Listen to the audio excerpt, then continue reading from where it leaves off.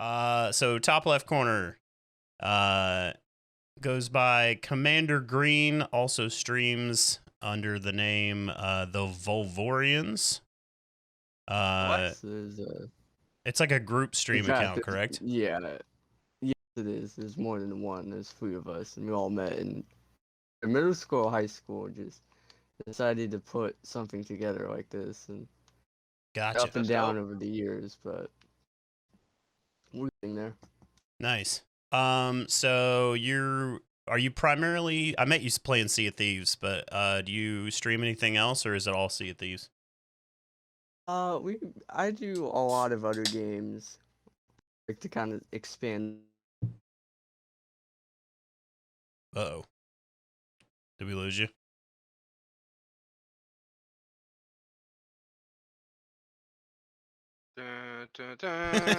Right? He might be back. That's just Discord. I can't fix Discord. That's not. He'll be back. Rest in peace. He was a good commander. Right. Anyways, yeah, I think I've seen him play Call of Duty at least, or somebody else on that that group account or whatever. But yeah, that's under the Volvorians, and then he's Commander Green. I don't know what when he gets back in here what we want to call him. Call him Green. Commander. He said. Oh, he said Green. Okay. Yeah. Y'all checked. Got you. Oh well, I appreciate it. You're doing my job for me. Top right corner, shibOG. That's me. People call him shibOG because they don't know that it's a separate thing. Who? Well, it's. Dude, I mean, the link is the link is twitch.tv/shibOG. So shibOG. Yeah, so I'm pretty sure that's what I called him too. So like that's just people don't know that that's a thing. And it's not because you're a boomer. Right, not at all. Totally unrelated to the Shiba Inu currency that just came out. That's hilarious. I got some, so you should too. Right? Hilarious that they basically named a crypto after you. No, it's Shiba Inu, but yeah. No, I'm calling it Shih Tzu. Oh, gotcha. Streamer on Twitch, plays League of Legends, Hunt Showdown. Yes. Long time streamer Shib has been. Yeah, he basically if you've seen it on Twitch, he's probably streamed it at some point. I'm pretty sure we pulled account stats not too long ago, and like I was looking at all the games you played. It's been insane. There we go. Sorry, I got a little bit of the ADD when it comes to games. Went funky for a minute here. Yeah, that's what I figured, man. I can't make Discord any better. Yeah, sometimes people just drop out. Like it is what it is. At least yours is like a picture, so as long as you don't leave the call, it doesn't like jack up the rest of the windows. But so yeah, you're you were saying you play some other games other than Sea of Thieves too, right? Yeah, I like to do like a variety of you know, like I know I want to do SnowRunner and Wolfenstein somewhere near the future, and we're doing Outlast right now. So. Oh yeah, I've seen a lot of people playing Outlast. I know SnowRunner and I know Wolfenstein, but I don't even know Outlast. Outlast is one of those newer ones. I feel like Bats or somebody was playing that recently. And then so bottom right corner, broke his phone. I'll do my intro and I gotta go to the bathroom though. Okay. The newest affiliate on Twitch as of today, right? Yep. Nice. So yeah, it's been streaming on Twitch, plays almost exclusively Hunt Showdown. Like if he has a problem. If you've played Hunt Showdown and you've played what is it called again? Quick Play, you've probably run into Broke at some point because that man is literally he's been on that server literally just like as long as it's live, he's on it. In a lighthouse, then it was me. Oh, at Ironworks, yeah. All right, I'll be right back. All right. But yeah, he's been streaming for like 6 months. And growing the channel. Got affiliated today, so that's everybody. We might get a late caller, somebody else. If he makes it, we'll switch. If not, then this is the crew. So we were talking about some stuff before while we were setting up. Stuff I definitely want to touch on with this community especially. is the biggest thing on everybody's mind, or a lot of people anyway, is the chip shortage, which I think was probably where we should start. And just today, like the crypto crash of 2021, which is still just tanking. Is it? I haven't looked in the past couple days. It's so bad, dude. It dropped another $2,000 today. Yeah. Let's see. Ethereum and Bitcoin dropped. Let's see. Hold on. I'm checking the price, but it's really bad. It dropped another. Let's see. One day. It went down from 36. What's back to 36? It was as low as 34, I think, just today. There's been a couple of things that affected that. Apparently this week, they banned crypto mining in Iran, which I didn't know it was like big in Iran anyway. People were mining it. And it's now illegal to mine cryptocurrency, I guess, in Iran. And then also they're talking about, this is the one that probably hurt the price a lot. Right? They're talking about banning it in Inner Mongolia, so parts of China, which is like where like 90% of the world's crypto is mined, is like in China. And Inner Mongolia, like parts of the city or something like that, they're planning to ban it, or they're talking about banning it. And just even that notion of like, oh, we might do it, it freaked everybody out, and like the price tanked again. So it's been as high as $60,000, this month or last month, and now it's down to 36, and it's been even lower than that. I would say the chip shortage would. I mean, that any amount of shortening on the prices of cryptos across the board is going to help the chip shortage, because it's going to make people less likely to want to spend large amount of money for their startup to start mining stuff. That's true. Yeah, but it's moved. We have moved from GPU mining being like the thing, because now they're all buying those ASICs, the specific controllers that do nothing but mine. Like they're designed to mine certain cryptos. But even those, it's still taking the same chips.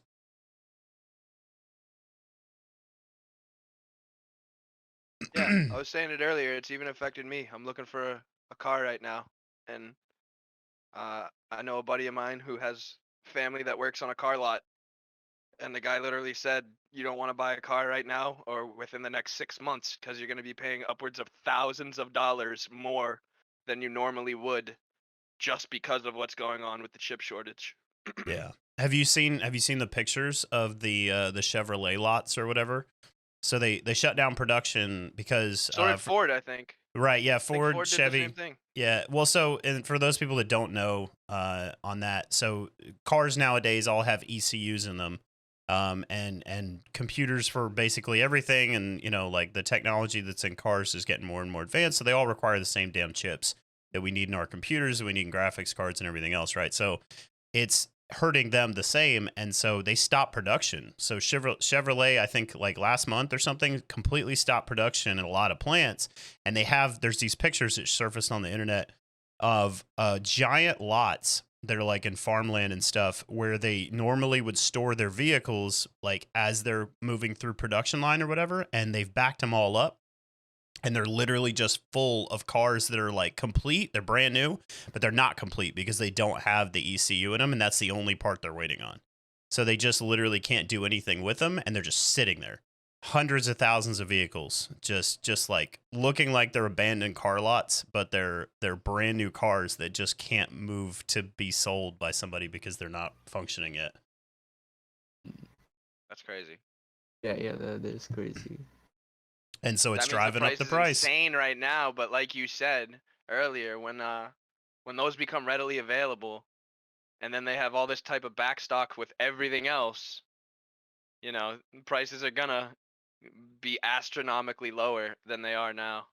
Right. So they're working to correct the problem, and legislators in a bunch of different countries, including the United States, I'm pretty sure the president just signed some act that added a however many $1 trillion into like chip production and like funding all of this stuff, because it's hurting all these businesses, and it's hurting like the economy and everything else.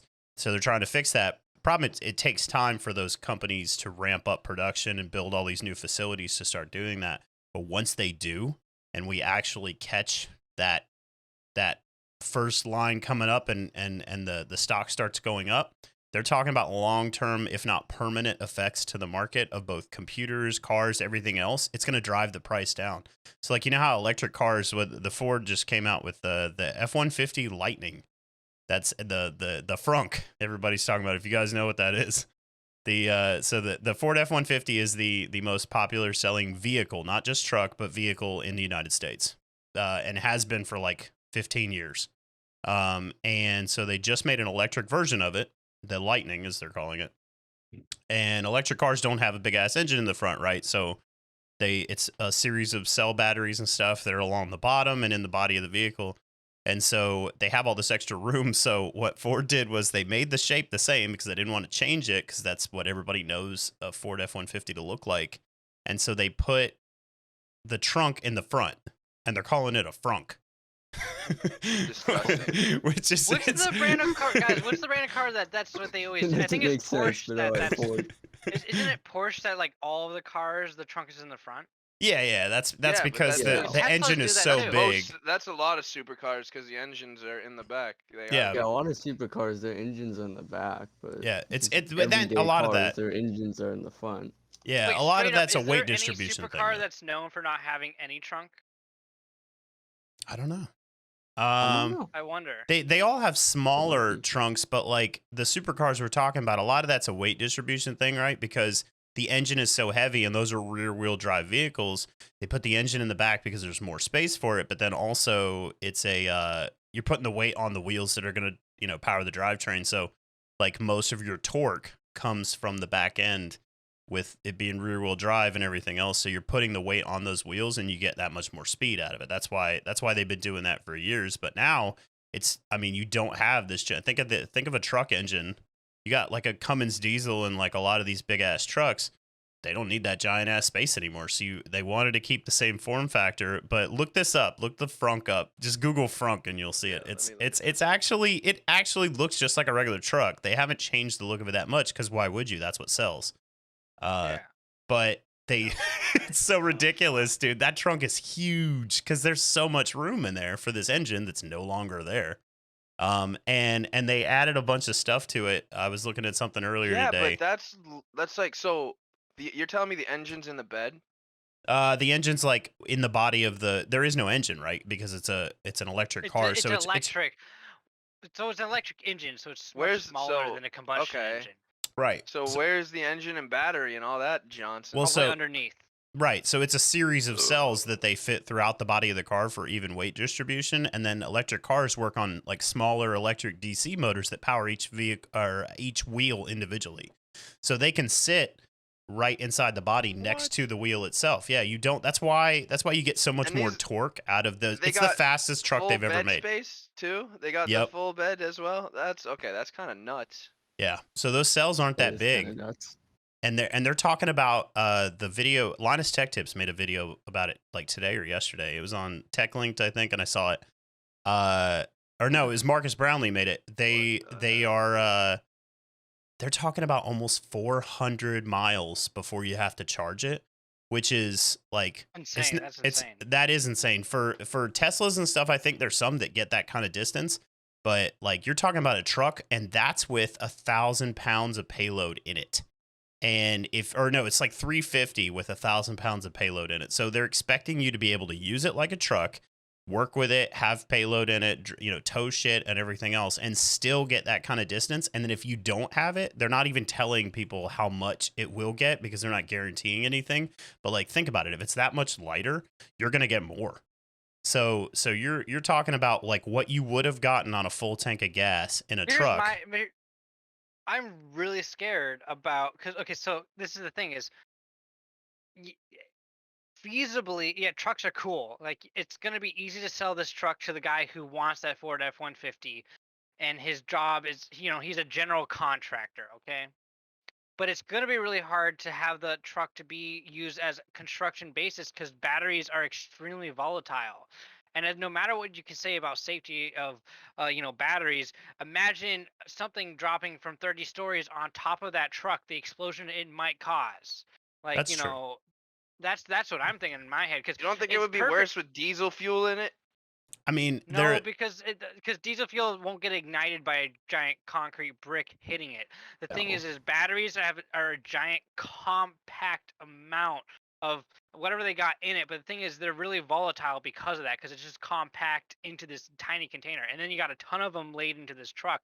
When something hits it at impact, at a high impact, which is why, like, Tesla has a ton of safety features. But when they tell you, when you max, I think it's above 140 miles per hour in a Tesla, if you get in a car accident, the likelihood of an explosion is extremely high.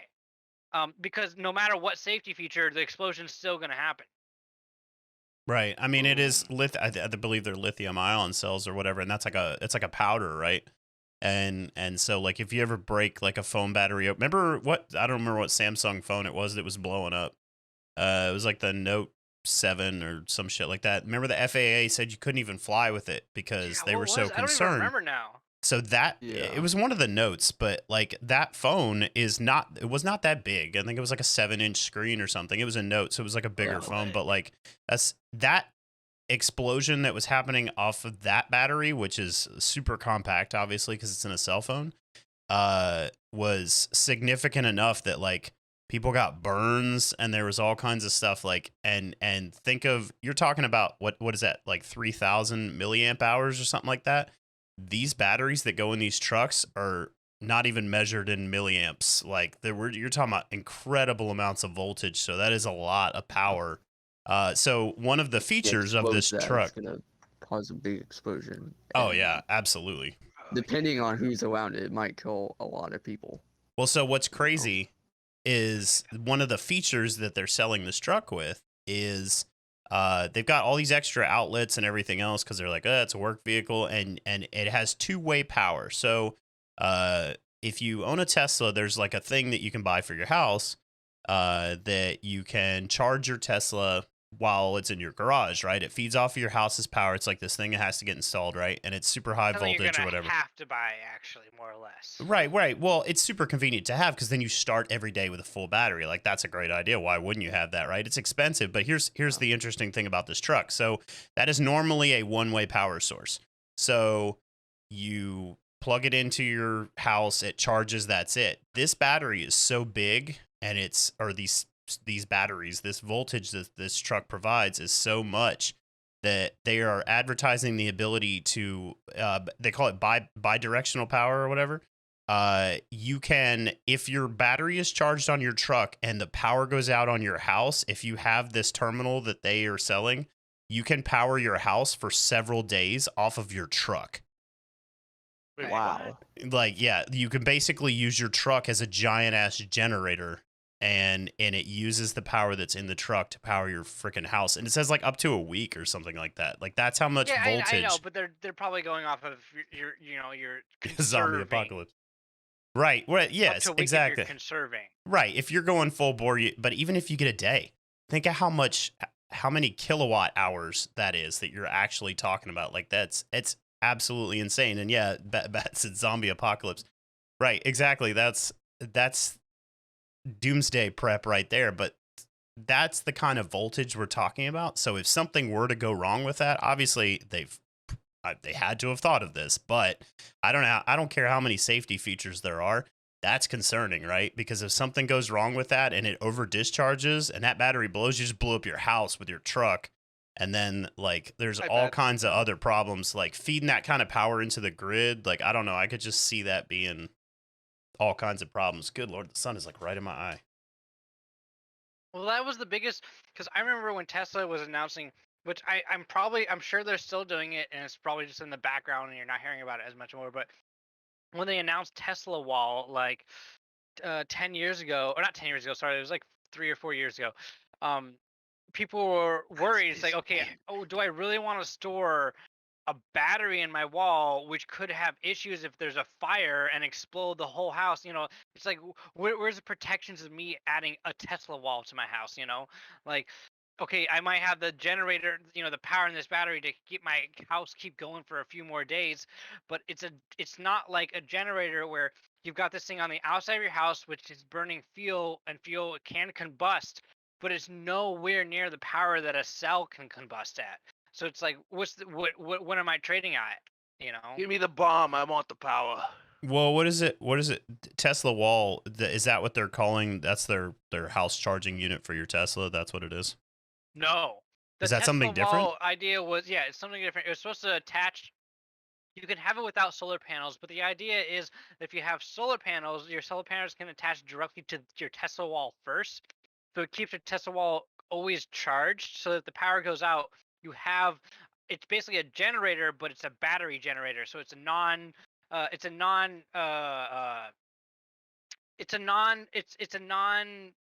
gasoline fossil fuel powered generator that can operate off your solar power, so that if the entire grid goes down, you can continually operate your house and store power with your solar panels.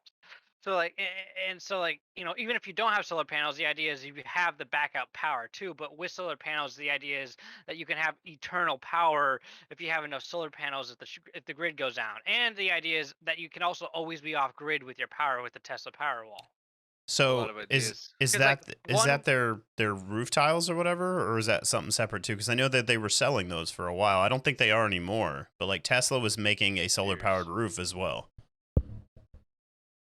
right? So no, yeah, the Powerwall, yeah. I'm looking at it right now. So they're still selling it. Okay, they're still selling this. Okay. Because there was the roof tiles they were selling, because other people make those too, but Teslas were different because they look more like a real roof or whatever. And solar roofs are like they're becoming a bigger thing depending on how much sunlight your house actually sees. And in some places, if you have a solar powered roof and you're storing that much energy, if you have enough sun, like there's like in Arizona and shit, it's super popular to get that. Then you're storing enough solar power that you're no longer paying a power bill for your house. And in certain areas, because that They pay power, you. they pay you, right? You feed They power pay back you. to the You grid. get that money. And so eventually the idea is that this roof pays for itself, because it's not cheap, right? It's hundreds of thousands of or close to it for a brand new roof like that. But with all the equipment that comes with it, but then in a few years, if you're not paying a power bill and then you're getting paid on top of that to the grid, you can literally, like, it covers its own cost and then it doesn't cost you anything, which is Gonna come insane. out But that might be something So yeah, different. so basically, what the Tesla Powerwall has a peak power of 9.6 kilowatts off grid. The current Powerwalls that they're installing. And you can buy 1, 2, 3, or 4 Powerwalls, and 4 Powerwalls is $30,000 for 4 of them. Wow. So each Powerwall has a total energy capacity of 14 kilowatts, usable energy capacity of 13.5, power rating of continuous of 9 kilowatts, round trip efficiency of 90%. I don't know the rest of the bullshit I was about to say, but anyways. I know what you said, 90%. And that's the amount of percent of stuff I didn't understand what you said for the past 5 minutes. I heard 90% though. That's what I did here. That's a good percentage. It's been a lot. The amount of shit I didn't understand that you guys were saying for the last, like, I don't know, 5-10 minutes. I mean, Yeah, Tesla's the got their Powerwall is hands in a mainly lot of for things. those people who are doing the Powerwall shit, like solar energy. Right. Well, Tesla's got their hands in a lot Start of the oven. Tesla's got their hands in a lot of stuff. They're trying their hand at a whole bunch of stuff, but then now they're taking over. Elon's got the Starlink, right? Like, Hey, don't talk about my uncle that way. no, I mean, but think about that. Like, this is one guy who has the granted, it's a totally different company, but like, look at where he's diversified his, like, he's got a space program. He's got an automobile manufacturer, and now he is basically trying to provide internet to the entire world for, like, he's also digging tunnels under California just for the yeah, shits and giggles. that's right. Like, he's also just tunneling under the earth for no reason. He's one disaster away from being like a supervillain. Like that, like all he Exactly, needs is like one. You don't think like, he has the money to cover it up though?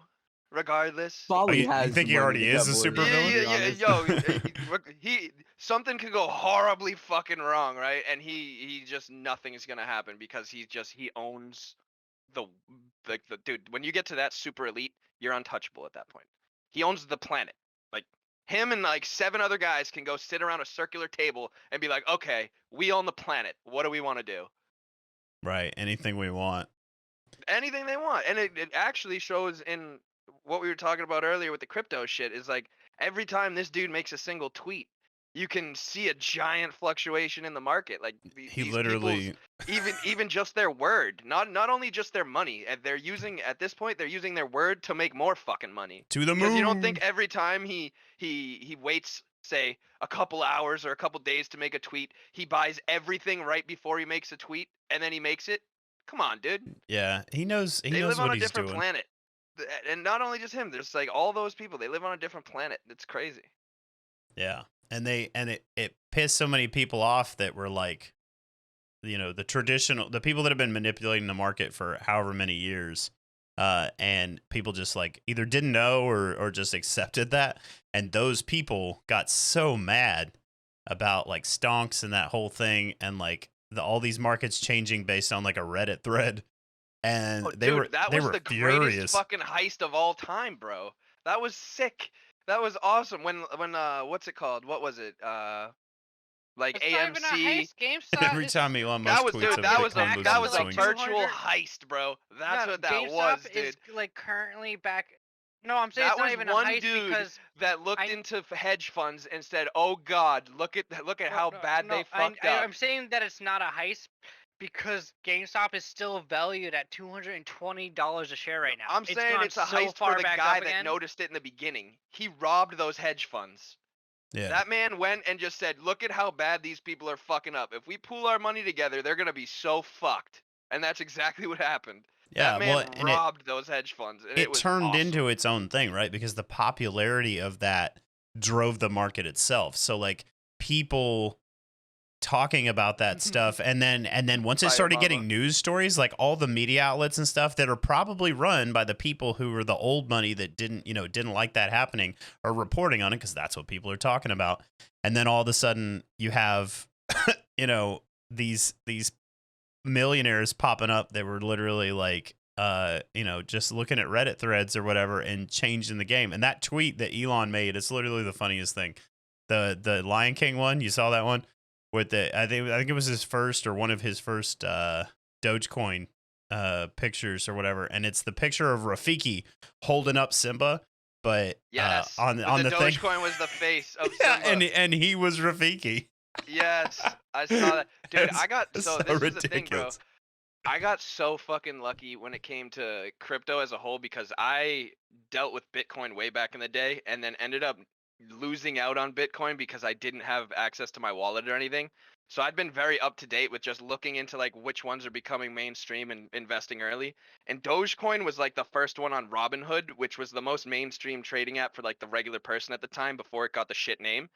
And at the time it was like 0.002 cents. And Elon Musk hadn't said anything about it, and I was like, you know what? Fuck it. I'm not gonna miss this train just in case it happens. And I just bought whatever it was, say $100 at the time. And then I woke up one day and this whole thing was happening, and I was just like, what the fuck? And I logged onto my Robinhood account, and I was like, dude, what is this? Like, this is insane. Like, this doesn't make any sense.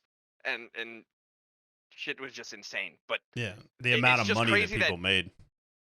Oh yeah, it's dumb. It's crazy. It's absolutely insane.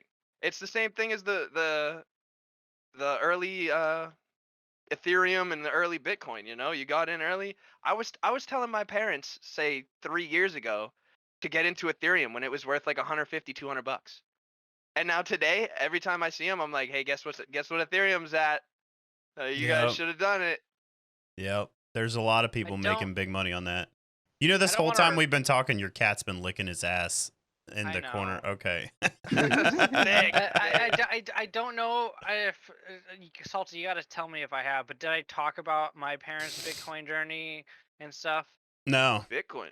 No, what happened?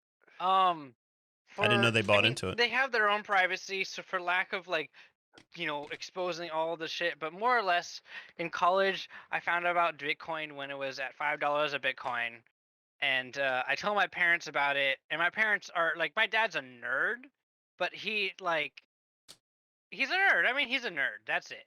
And so he looked into it, and like within a couple days, he calls me and he's like, "Yo, I bought $5,000 of Bitcoin," and I was like, "What the What? fuck?" And then When was over this? the Was course, this like early, like this is 2012, 2011? This is before. So this is before the first. This is before the first push, the very first Okay. push. Holy shit. And so Holy shit. Q this whole year, I think it was like 2012 or 2011 or something. He's like calling me every other week, like, "Oh, so Bitcoin's at $30. Do I sell?" I'm like, "Yes! Holy No. shit! You've made so much No. money. Get the fuck out!" He's like, "No, I don't think so." And then like they started pulling this up when it got to $100. Like, "Yeah, we keep praying about it. We don't think it's a good idea to sell." And then what happened is Bitcoin got like above $1,000, and then MT Jocks got caught that they were actually manipulating the price on a daily basis. Oh And yeah, I so remember that. the price got fucking No, Tibbers. tanked. And so my dad sold out at like $150 Bitcoin, and they made a very good amount of money. But I was just like, what? 150? I don't get what I did not expect it from my parents at all. And I was just like, this is stupid. And now they have this Yo. stupid vacation home, which Tell is them like, to I never was, ever pray on it again. God yeah. fuck them. Yeah. I He's mean, like, sell. And how it went up to many fucking did you say he had? $30,000. I don't know. I just know he $5,000 bought worth it whenever he bought it. $5,000, and it was like seven. It was like anywhere between $5 or $10 when he purchased it. Yeah. And then he okay, bought so it during the your dad big would be a dip, and multi-millionaire. sold He would like probably be what a happened is billionaire. he sold like half of them during the big dip, and then he expected to go up, and then it went even more down, and he sold the rest of it when it went down. Then he bought it when it back up. Like he bought and sold over time, but he definitely like they bought a vacation house, and it's not a big thing. It's like a fucking 600 square foot vacation home in this camping like area and stuff. So it's nothing big. My Right. balls Like, hurt for your But they dad. but they I got was something born tangible. lower middle class. So like for my family, it was massive. Like, Right, but fuck. you got something tangible. It's like when you go to a casino. They did, not I and did. let's say Yes, right, yeah, but you they gotta did think of right. it that way. Okay, but like so you go to a casino, right? And I've done this before where we're spending, we have a set amount. We're not gonna spend more than like $500 that night or whatever. We're playing slots, we're doing all this stuff. We're down some, we're up some, we're down some, we're up some.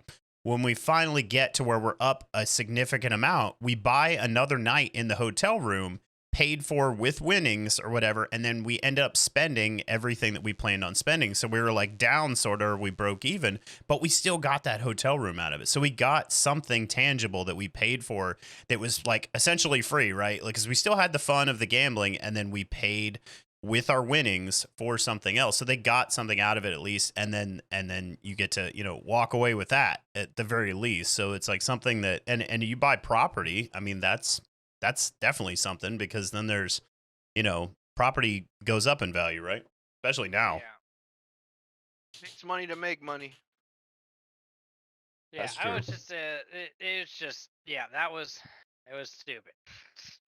The whole thing is But scary yeah, right the now. Vegas thing though, perfect segue because I just came back from Vegas. Oh yeah. Yesterday. How'd you do, by the way? You never told me. I lost $200. Ooh, that's not bad. Lydia Though. made like a little. I don't know how much. I know she made at least 100, like 75, 100, because she was down a bit, and then she made a ton, and then when she made a ton, she's like, "All right, I'm out," which is the smart thing to do. Yeah. But like basically, I was just playing it I got low no the whole. money. Yeah, I was Oh, playing yeah. it low the whole time, doing my little $5 bets at blackjack, and I told Lydia, I was like, "I'm gonna do $100 bet, okay?" And then like she turned to go cash out her check, and like which was like right next to me, and I did the $100 bet, and I lost it like within like 10 seconds, and so I just walked up next to her. She's like, "What happened?" And I was like, "I lost it. We can go now." I Bye. lost it. We can go now. It's I'm gone. What I would do when we were playing the slots last time I was at the casino was like I would like put in a 20, right? And I'm spinning, and then if I'd win 40 or whatever, I would take a 20 out and put the 20 in a different part of my wallet. And I'm like, this is the winnings pocket, right? Like this stays here. And I just keep playing with that same 20. And eventually That's the way to do it. that pocket ends up with like 100, 200, 300 bucks in it. And then you lose all the other money and you're like, well, fuck, maybe I can play with some of the winnings. And before it's over with, you end up losing all of it. But like that's not the goal, though. And that's not the goal. That's not the goal. that's not the plan you go in with, but it doesn't ever work out like that. So wait. What's the most and what's the fastest and most you've ever won, and what's the fastest and most you've ever lost while joining a casino? I want to know from all you guys. Commander, I don't know how old you are. Have you ever been to a casino? I've never been to a casino. Like Really? every time I go to Vegas, I've kind of been over there with family rather than going to casinos and it's everything. a good time, but it can definitely be an addiction. You got to be careful. You can play PokerStars VR. That's free. For Salty and Broke, then what's the most you've ever won quickly? What's the most you ever lost quickly in a casino? I've been up 2,000, and I did that in a matter of hours, and then I have lost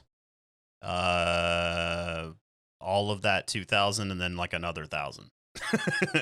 That's a lot. Okay, yeah. So I'm nowhere near that at all. And was that throughout like a weekend, or was that throughout a night? No, that was one day. One night, yeah, dude. That gets rough, dude. That gets it rough. hurts. You get in a hole, you get in there quick. That same night, though, quick story. I was hanging out in the casino, and I was at a slot machine that was next to some tables or whatever. And then, like, when I got up, I was just walking around, like, you know how you just, like, watch other players sometimes because it's fun? There was a dude in a hoodie and, like, the glasses and everything looking all, like, sketchy. Yes, looking super sketch. And he was on a blackjack table, and he just kept betting.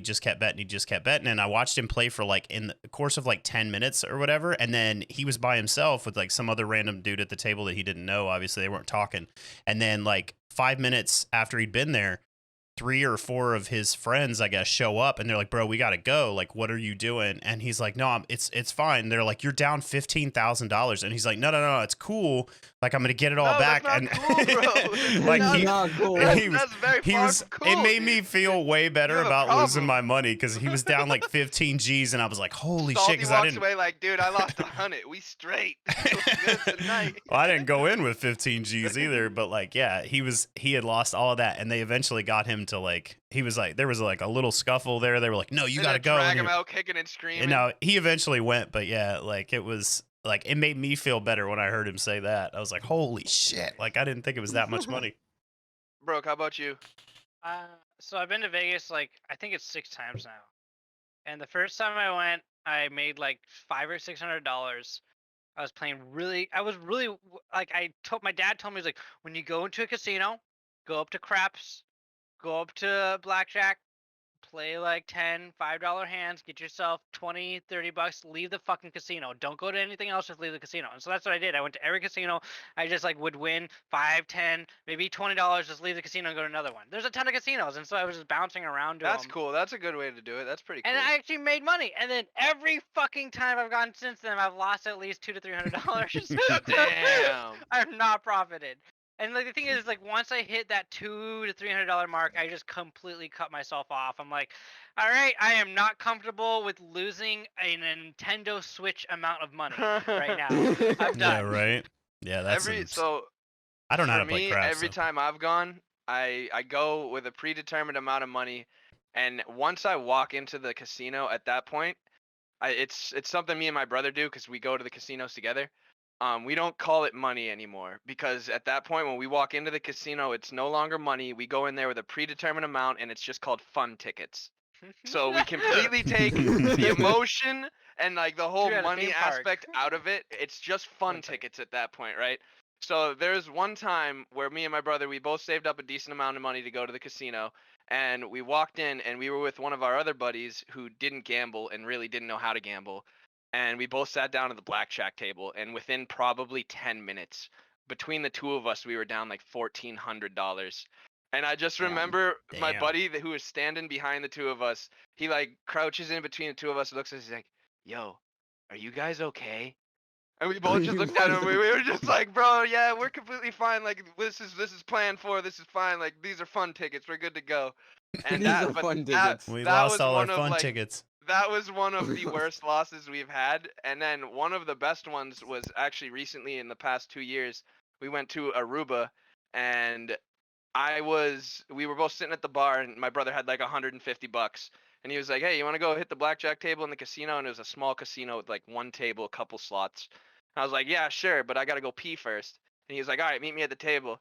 And I go pee, and by the time it took me to go pee and walk to the table, I get to the table, and he's up $2,000. He had Oh, shit. $150 in his hand. He's up $2,000 when I sit down at the table, and we expected to split that $150 in the beginning.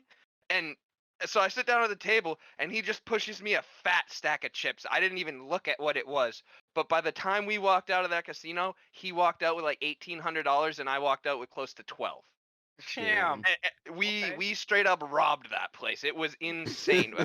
I don't know what he did in that first, say, 5 minutes, but he just must have doubled every bet he did and just went up insane. That shit's Yeah, nuts. like- It can be real great and it can be real bad, real fast. Yeah, those places can ruin your life. Mhm. People are 'Cause- streaming it now. We were talking about it earlier. Oh, or that's the other right, Day, yeah. remember? Yeah, so it's Yeah.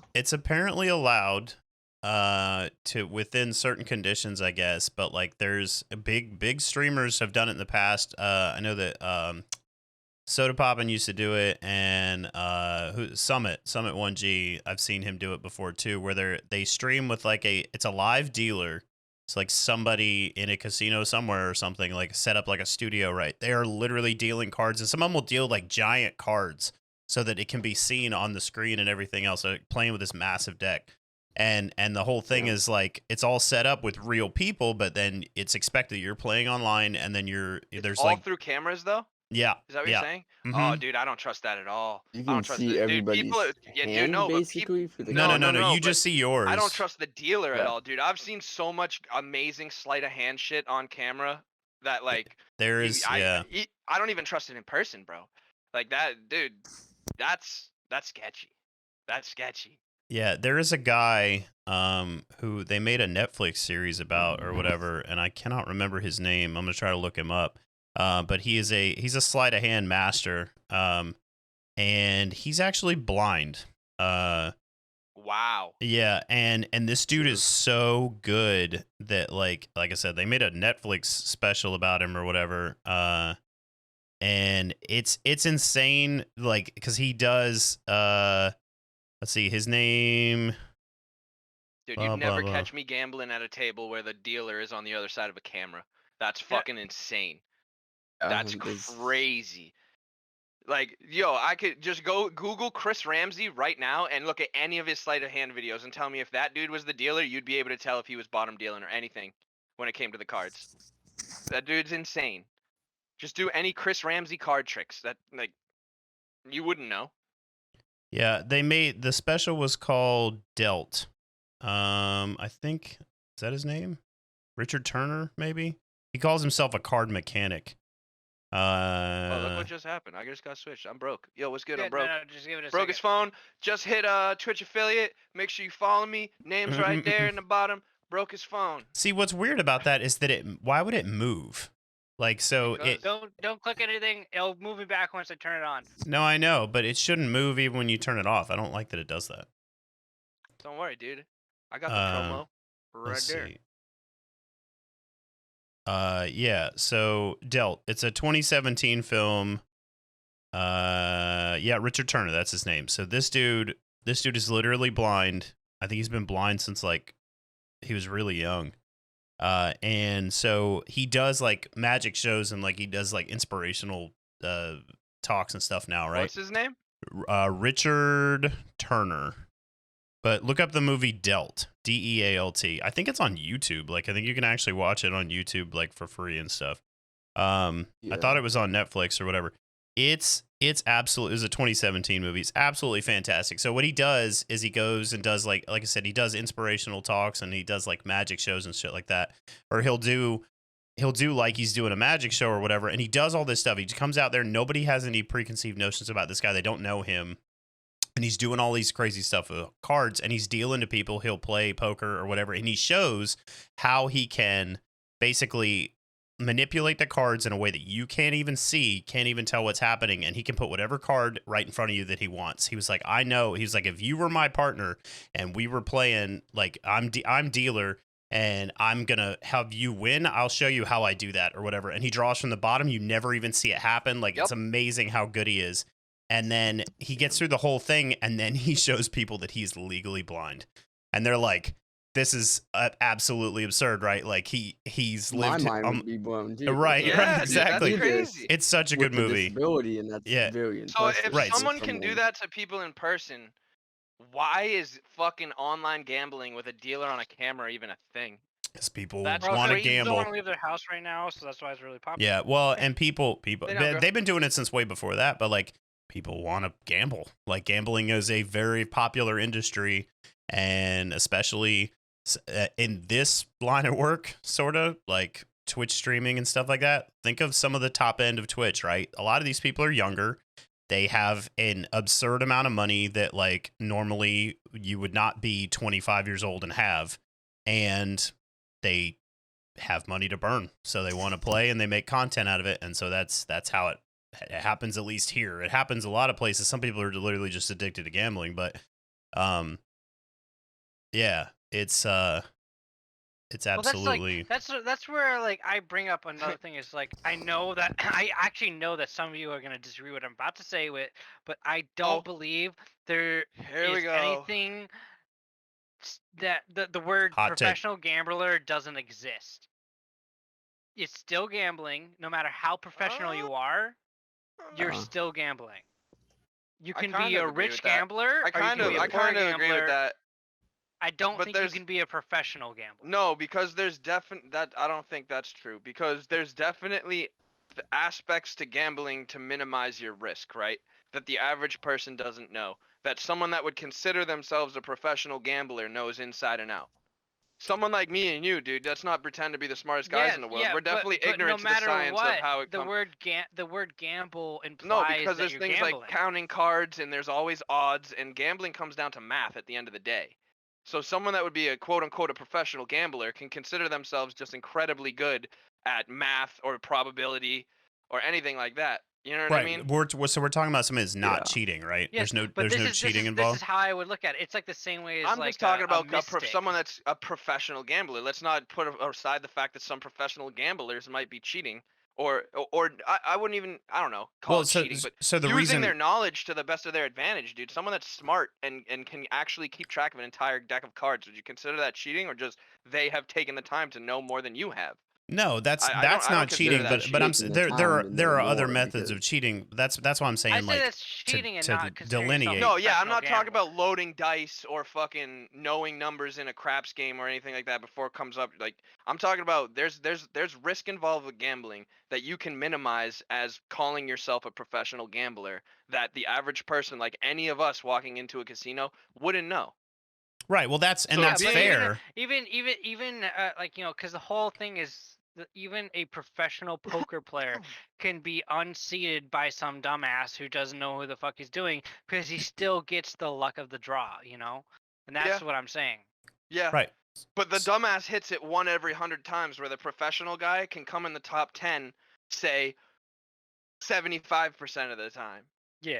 Right, so you know what I mean? Statistically, like, there's games like blackjack, right, where you can know statistically, like, what's left in the deck and like how certain ways are played and different strategies and stuff like that. But the reason I asked about cheating is because there are tons of methods of cheating and everything else, and there are some that are doing that, and that is a professional, but I wouldn't say professional gambler. That is a professional in the method that they are cheating. That is a separate thing. You know what I'm saying?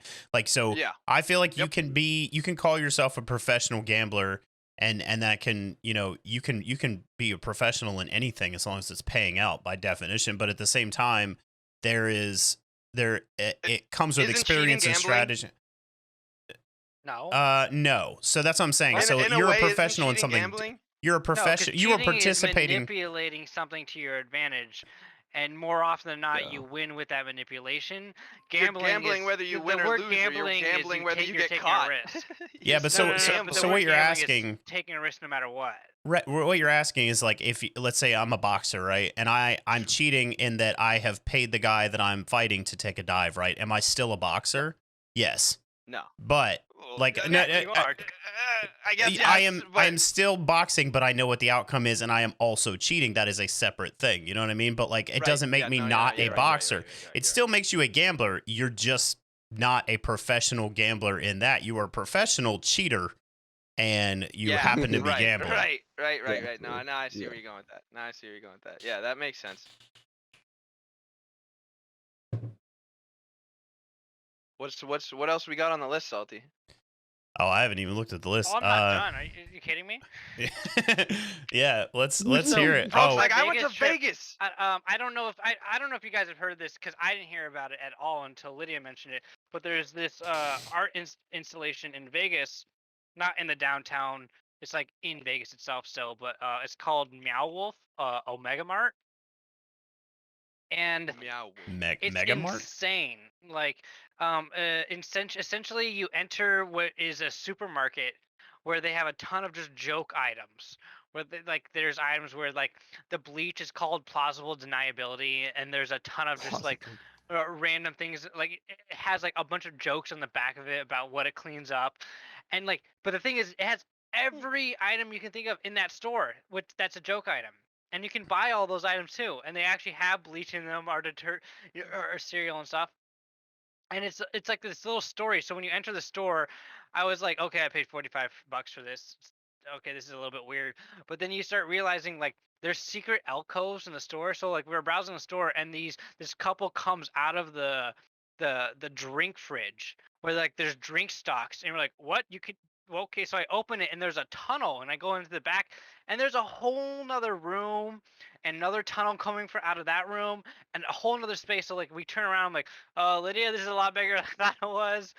And then like there's actually like 5 different exits from the Omega Mart into this like different portal, which is like this corpo world that owns the Omega Mart. And so you learn about that, and then you go to a whole nother world. Like it's a massive installation, and like I was so impressed by like everything about it. And like there's like when you go to like this house, I was sitting there and we were looking at like the aesthetics in the house, and I noticed that the fire pit like looked weird, and I was like, I bent down and looked at the fire pit, and there was like shit behind it. So I went inside it, and it was like an actual like it was a really steep staircase going all the way up to like the 3rd floor of the building. And I was like, Lydia, come with me. And like you had to use this rope to climb up the staircase to go up there. And you're in this whole other part of the building. And I was like, what the fuck? Like I wouldn't even know that was there if I didn't look inside of the whole thing. And they don't tell you that shit's there. You just find it. It sounds like a Ripley's Believe It or Not museum or some shit. Like some, Yeah, it's like a fun house.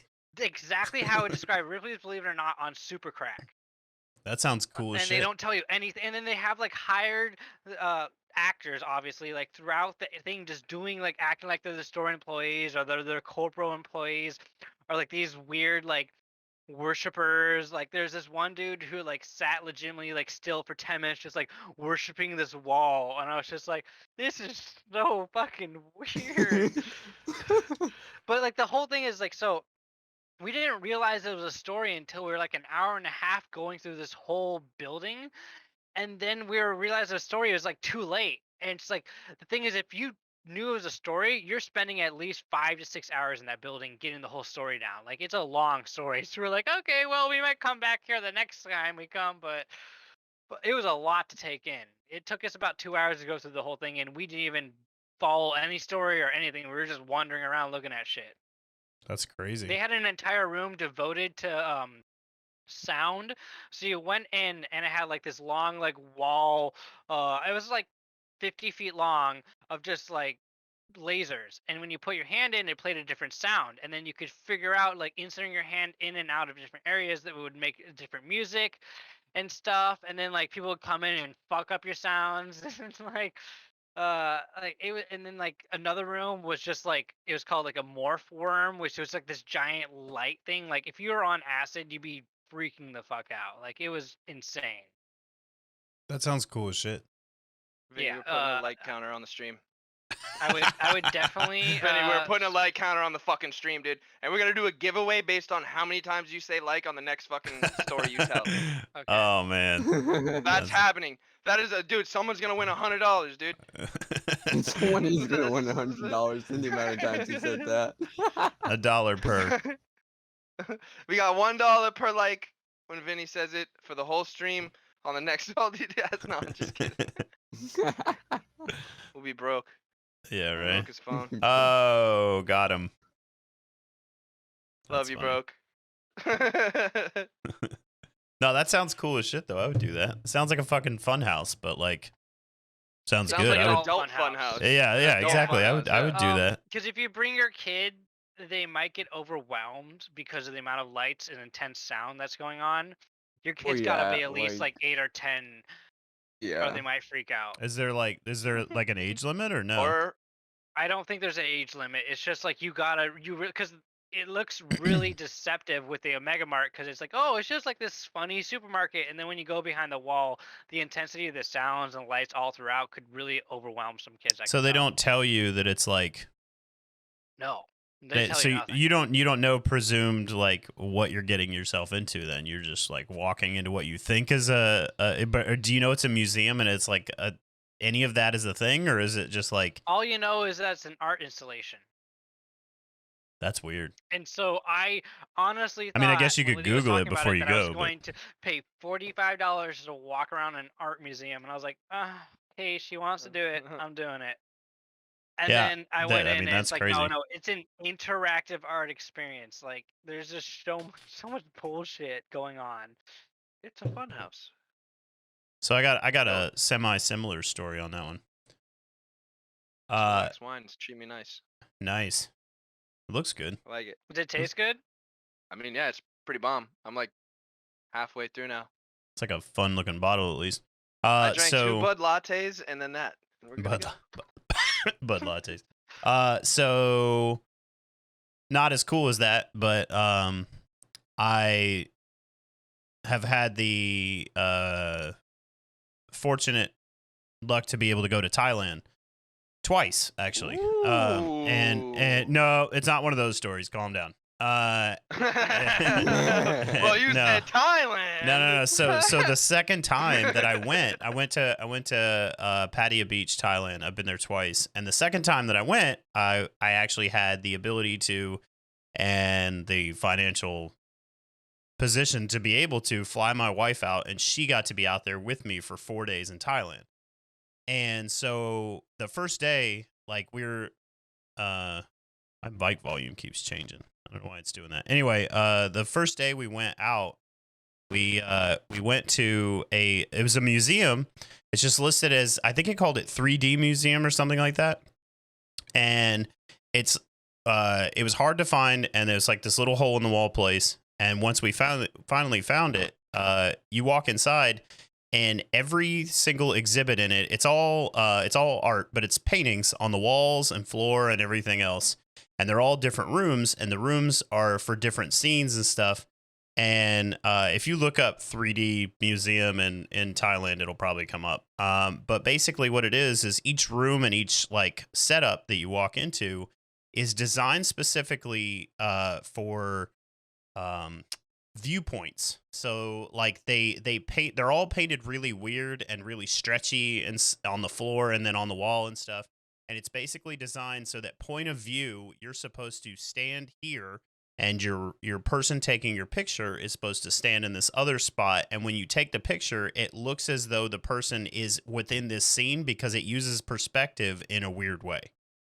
So every single room that you go into, and we're talking about like really elaborate paintings and stuff that is like super, you ever see that like 3D painting stuff where it's like people get like tattoos that look like their skin is actually ripped open and stuff, like it's like super detailed. It's that. And it's painted on the walls and the floor in different places. So there's like, we have these pictures now of us in different scenes and stuff, like standing on a bridge over like this giant waterfall, and it looks like you could fall in, but really you're literally standing on the floor in a big ass room. Like it just looks just the way that the perspective is, because it literally marks on the floor like, hey, picture taker, stand here, subject stand there and take this picture, and then it's all through really neat perspectives or whatever. It's actually it's something that like I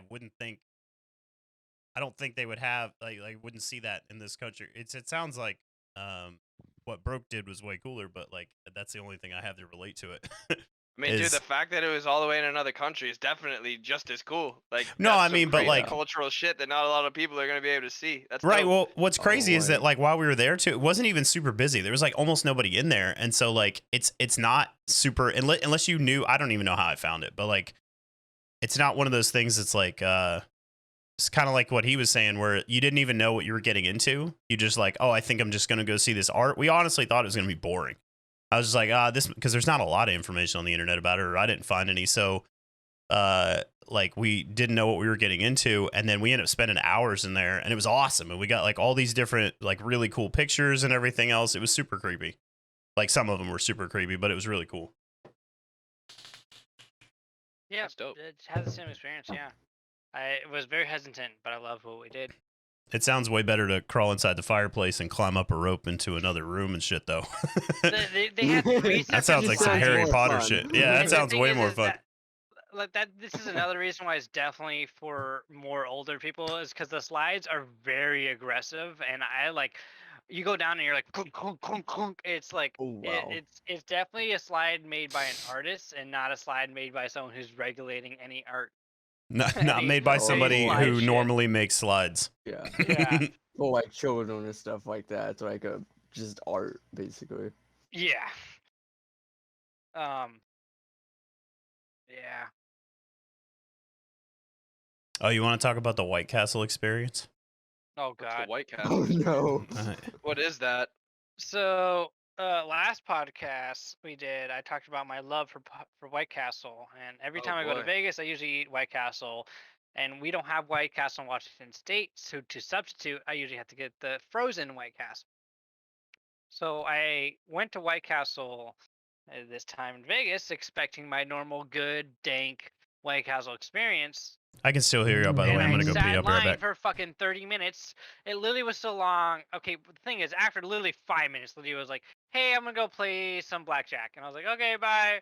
And so I sat in line to get my White Castle for another 25 minutes alone. And then I got up there, and when I started eating the burgers, the second I got them, it tasted exactly like the frozen microwave burgers. And I was just like, I don't know if I've been Isn't that a deceived. good thing? No, I think I've been That deceived. that mean? shouldn't be a good thing. What do you Like, mean? No, in that's my a mind, fucking it's great microwave thing. No, that's burgers. that is dope, dude. What do you mean? That means the microwave burgers are doing it right. Better. No, no. No. That means the microwave burgers fucking nailed it, because you were sitting at home and you were like, damn, I wish I was at White Castle right now. And little did you fucking know, you were eating a burger in your living room that was the same as White Castle. Chip, I That means literally they did it didn't right. finish the burgers. Well, that's because you were expecting more. Because you were expecting more, and you know what? They did it In my right head, on the yeah. frozen burgers, and that's what they do. That's what they do. Shib respect screaming White about White Castle. Castle. It wasn't fair. No, it's So, going on. was so not fair. I it's had to it use the sounds restroom like again, one he's second. coming from the angle of it's not that the burgers there. It's not that the microwave burgers are as good as the fresh thing. It was more that the fresh thing tasted as bad as the micro. You know what I mean? Like the microwave thing is good. No, I know I where dig he's them. coming, but that he had expectations, and you know what? I say that the frozen burgers, they did it right because they tasted the same as the in-store burgers. I mean, the I'm gonna frozen look at burgers the are grass good. is greener. I They have weren't had even real White microwaving Castle, them, and they are though. really good. Why Why does- does make my Why does burger anybody fresh in know front of about me, White Castle and then that I doesn't? take a bite out of it, and Hey, it tastes hey, like the hey, microwave one. Hey, guess what? Guess what? You wouldn't even have White Castle on the menu if it wasn't for their frozen burgers. That's true, And guess what? because And they've guess stayed what? in You eat business because those of that. Because they do it right. I'll tell you what, Done. though, Crystal's better. Hands down, What's if Crystal, if you're from the Southeast, you'll know what Crystal Burger is. Krystal. It's actually I don't know that way better. It's the same type of thing. It is short order like sliders. But the difference is they make them with like a buttery bun instead of the White Castle. Like buttery. they're actually like they butter the buns, so they're I browner think- on top and they're like all greasy. They're so fucking good. Gotta stop talking from the toilet. Yeah, don't talk while you're on the toilet. He enjoyed the White Castle so much he had to go to the bathroom.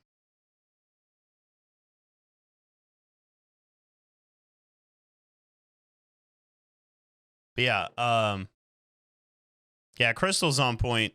They do not have a microwave version though, unfortunately. So, not an option. All right, I haven't had them. I'm sorry. Okay. I haven't had them in The years. only reason that White Castle microwave works is because White Castle's burgers are steamed burgers. So if you're going from a steamed version, you can steam in the microwave. You can't, and Crystal doesn't steam their burgers. If I'm assuming they might not, and so that might make the difference because you can't butter a burger. So in if the you knew microwave. there were steam burgers going in, Well, it's what the also hell a did you smaller expect? company. I think it's a expected it to smaller taste company, better. so I it's. don't know. You knew it was a steam burger going in. What the fuck? I You were thought like, it would alright, taste this is gonna be a better steam fresh burger. from I the want it to company taste itself better than the than steam from burger I made at fucking- home. So have you had the White Castle microwave burgers recently? Yes, I had them like Okay. a week or two. Okay, before I so left. you know then that within the last year they changed the microwave method, right? We talked about this before, I think. Yeah, we talked. Yeah. Yeah. So you no longer open one end of the package. I think it was you that was telling me this, and I hadn't bought them in a while, and then I bought Yeah, them you take 'em recently. out. Yeah, you take them out, you turn them upside down, you wrap them in a paper towel, and you cook them, and then you flip them and keep cooking them or some shit like that, and they are significantly better. Like they made So what if my taste huge buds changes. changed? Well, maybe. I mean, you might have I can't tell whether or not you got a shitty White Castle or you just had a really good microwave experience, but it sounds like like a mixture between it sounds like they met somewhere in the middle and that might have ruined your dream or whatever, and I'm sorry, but like like I'm not vested. I don't have a vested interest in White Castle, so it doesn't matter to me, but I'm just saying that like it's it's one of those things. Here's another thing. So, I've had a hard time finding good barbecue, obviously, because I live in fucking Seattle and there's no fucking good barbecue here. But like, so I went to Vegas expecting maybe I could find good barbecue, and so I literally You don't looked. expect that for- when you go to No, Vegas. shh.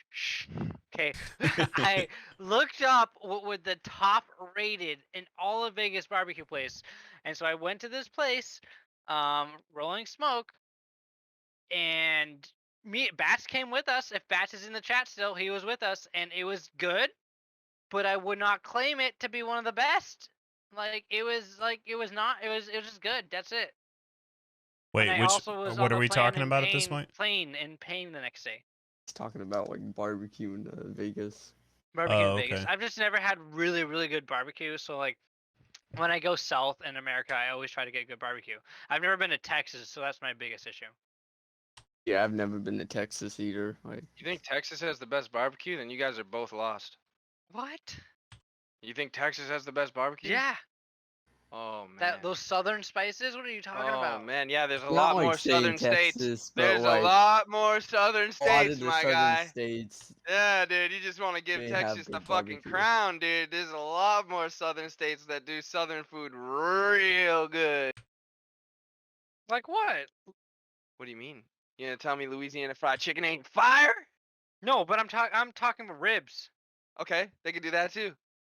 I'm pretty sure if someone says, "Would you like Texas style ribs or Louisiana style ribs?" people are gonna prefer Texas. They want Texas because it's big. No, Texas is just like Texas style. Texas. No. I love how everyone's currently No. googling stuff. No. No. I'm not googling. I was starting a poll Not for who makes Googling the best either. burger Oh, okay. because we were talking Best about it. burger? Yeah. Burger, Alright. I don't even know. Like that's a hard Yo, one. alright, so here's this. Ready? Best ribs in America. Number 1. Cooter's Brown Rib Shack, Jacksonville, Alabama. Alright? Okay. Bama does it right. So this is like one place that no one's ever heard of except you. Bama, okay? I mean, No, that but I don't sounds know, that just to sounds say good. that Texas is the fucking the king of barbecues. Crazy, dude. This Some is- so dude, some of the best barbecue's an art. food. Some of the best food I've ever had in my life has been from places like that, where it's like a small hole in the wall place, right? That doesn't Oh, turn into a definitely. big business because by nature, especially in food service, big business as you grow, like look at McDonald's, right? You have to make it more efficient. You have to cut costs. You have to do all these other things. So you inevitably sacrifice taste and sacrifice quality because you just can't do it at that scale without, you can't show individual love to a cheeseburger when you got to make 5,000 of them in a day. Like, this is just not going to happen. So, Salty, you saying you want to watch me make love to a cheeseburger? no, Jesus. Oh, wow. okay. So here's the thing. I'm originally from North Carolina, right? So barbecue, yeah, barbecue is an interesting subject, right? Because there's multiple different styles, and my wife is originally. Now check this out. My wife grew up in Kansas, so she knows Kansas City style, which is tomato sauce based barbecue. Like that's what most people attribute to barbecue. But there's a lot of different ways to make barbecue, including Lexington style, which is a North Carolina thing or originated there. But it's vinegar based. Have you ever had like the barbecue that's like it's still shredded pork, but it's like the sauce is like a thinner and it's got like a bite to it? That's Lexington style barbecue, and it's absolutely amazing. But again, there's so many preferences, so many preferences in so many different areas that it's hard for, if you have not tried them all, like I don't know, it's difficult to make. You're used to what you grew up with, right? Yeah, that's definitely a fact. You get accustomed to what you know. Right. So like your taste buds change for that, and then it's hard to accept anything else. And I've been fortunate enough that I've been able to live in a lot of different places and travel and stuff and seen a lot of different food. And so like I have a healthy respect for a lot of different types of not just barbecue, but like, I'll try anything. But it's sometimes crickets? I have not. I've eaten bugs before, but not crickets. I've eaten crawdads. So you're vaccinated, right? Yep. We should catch a manners game together, and they sell honey roasted crickets. You need to be vaccinated to do that? No, they have a vaccinated only section, and just because I've never met Salty before, and he has kids, just the protection of all of us, Yeah. Yeah, we were eventually going to talk about that, I think, too. What, vaccines? Yeah, well, so the whole like getting out of this thing, right? So I'm fully vaccinated because I was available to get it, and eventually it's going to be mandatory for me anyway. But they've already alleviated restrictions at work if you're fully vaccinated and stuff like that, and they're starting to do that at different areas. But like it's already starting. It's already a bunch of states have already started it to they're calling it like the vaccine passport. Like basically because when you introduce the idea that you can do certain things if you're vaccinated, but you can't do them if you're not vaccinated. Well, what's the next logical step there is proving that you're vaccinated, right? So then it starts. There's so many different. Everybody's making all these memes and everything. Like, let me see your papers. Like basically having to prove that you're vaccinated to like go and do certain things in certain states. New York's calling it the Excelsior Pass, because that's their like state motto. I think is Excelsior. But here's the thing on that, and I'm not advocating this in any way, shape, or form. Before I say what I'm gonna say, is that with that comes a counterfeit of any form. Like comes with driver's license or IDs or people. It's already happening. So that's what I was about to say. I already know, not only myself, I personally know people that either can get them or do it, and it's already out there for the general public. Like, just if you don't want it and then go get that, I'm not advocating for that at all, but that's already out there. So the people that have it that are like, oh, this is going to be like complete lockdown, you need to get it. Like there's already ways around it. And that shit I feel like is crazy, dude. Like for every law that comes ahead, there's already someone jumping ahead to be like, okay, no, we're going to get around it this way. And that whole dynamic is just nuts. This is how the way to look at it. The people who decide to get vaccinated, they have an extremely high percentage to not get hospitalized from COVID, even if that dumbass motherfucker who has the fake passport is able to get in and transmit COVID to those people. So Yep. the only people who are going to get affected by it is the other dumbasses who have the fake passports who are getting in and doing all that shit. And so there's certain things like, so at that Safeco field where me and Salty live, they have an actual vaccine section for 20,000 fans and then unvaccinated section with 25,000 fans. So if you're vaccinated, you actually go and sit among a bunch of people who are vaccinated. And so you have a less likelihood of sitting next to someone who's unvaccinated. But, you know, there's still a likelihood you might have the guy who has a fake passport, but, you know, it's a less likelihood. Yeah. And it's For also sure. not No, it's banning definitely- people from going to the games because there's still the 25,000 people who don't want to get vaccinated. They can just go sit in the unvaccinated section and still be fine. It's Right. crazy to me that that whole thing is a thing at this point. I know I sit on the other side of the fucking bench from you guys on this one because you guys are all vaccinated and I'm not. So I'm it's not just it's vaccinated either. Like I'm you're in the not same no. So boat. it's crazy So. to me. I mean, it's just like this is like I just see it as like a first step towards craziness, man. It's just like Yeah. Yeah, but Shib, to counter that, don't you remember Drache, the last podcast? His entire house got COVID, and he still has back pains to this day.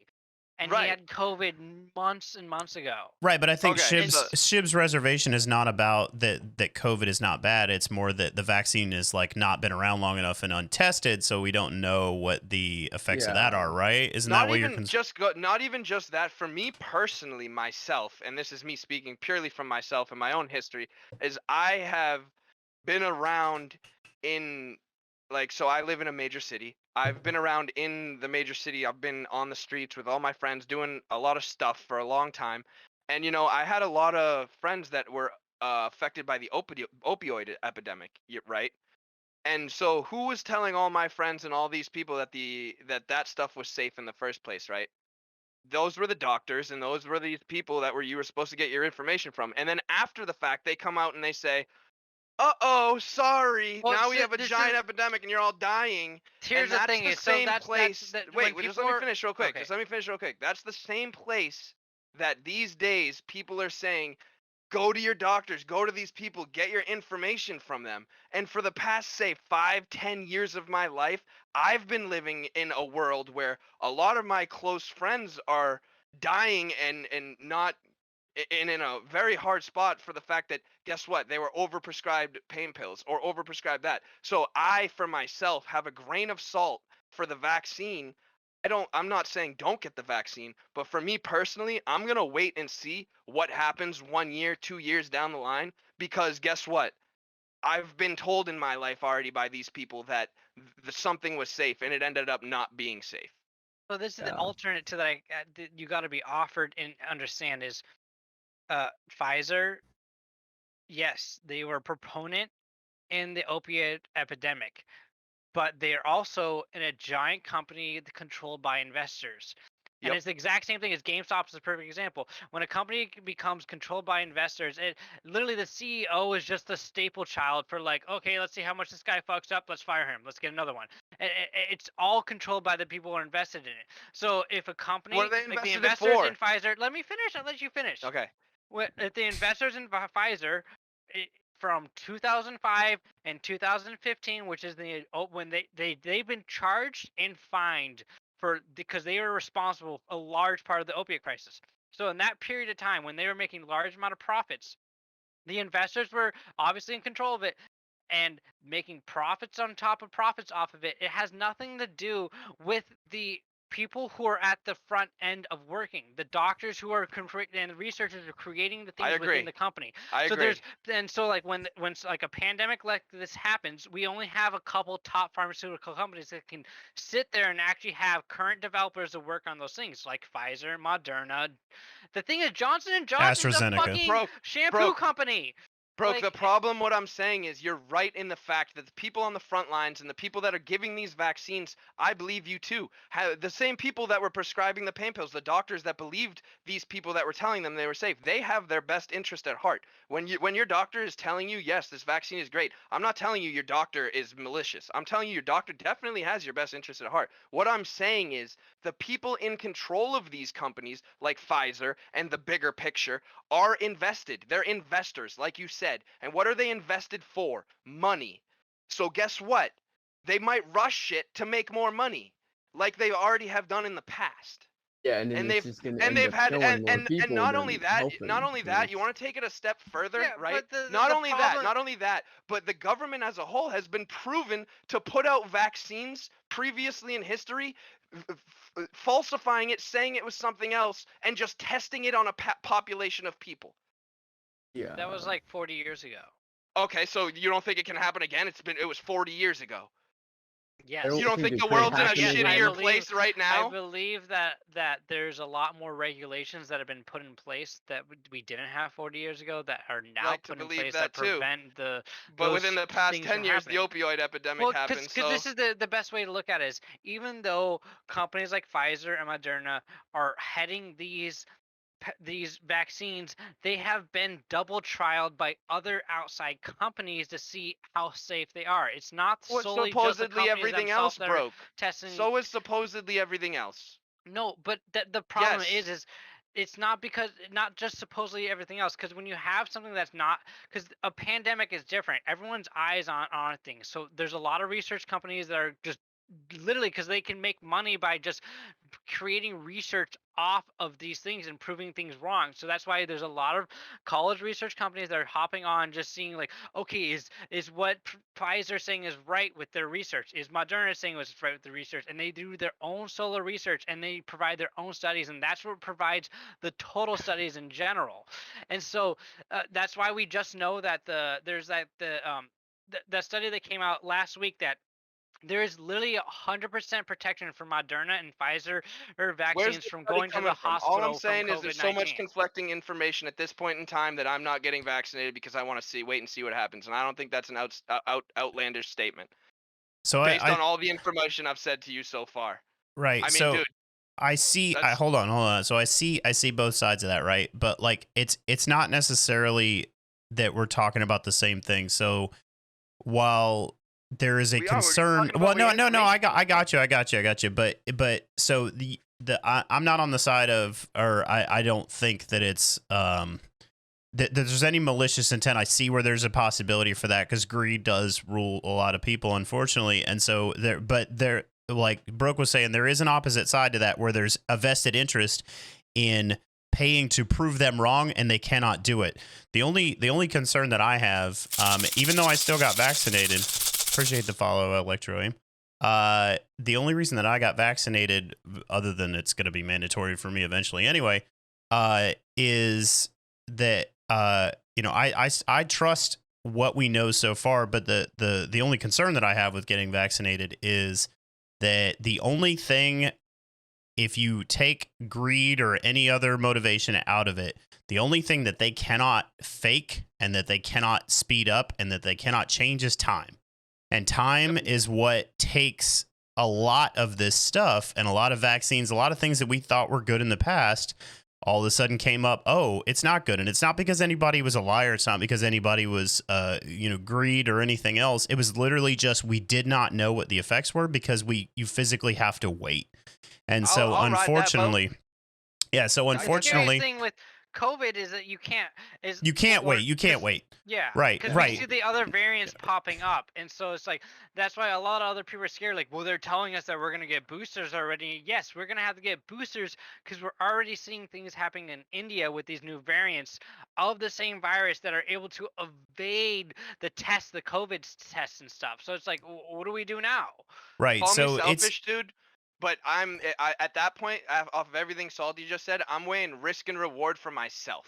At that point, based on my whole history with the fucking medical institution, everything that's gone on, it goes down to risk and reward. What does it come down to? They're offering me something for a cure for a disease that might not even really fucking affect me. Realistically, what's the kill count on it? Less than 1%. So, and then I'm gonna go get a stick in the arm. 640,000 people. Let's in go the by United percentages, States really. alone. Let's go by percentages. Okay. Less than 1% fatality rate, and then they want to stick me in the arm with something with the same company that has been killing babies with talcum powder on the commercials on TV. If you've been affected by Johnson & Johnson baby powder, call the law offices of these people. So my whole history aside, that's fucking mainstream, dude. And then they're gonna go get fucking jabbed in the arm by Johnson & Johnson, some mystery liquid. That's crazy to me. And I'm not saying don't go get the vaccine, because you know what? There's a lot of science, there's a lot of numbers out there that say the herd immunity, this, that, and the other thing. You got to get it. You got to do it. But for me personally, risk reward. I'm a healthy 27-year-old guy. If the people that feel like they need to have it get it, in your state alone, for that's every 100,000 people who have been infected with COVID-19, 259 could die.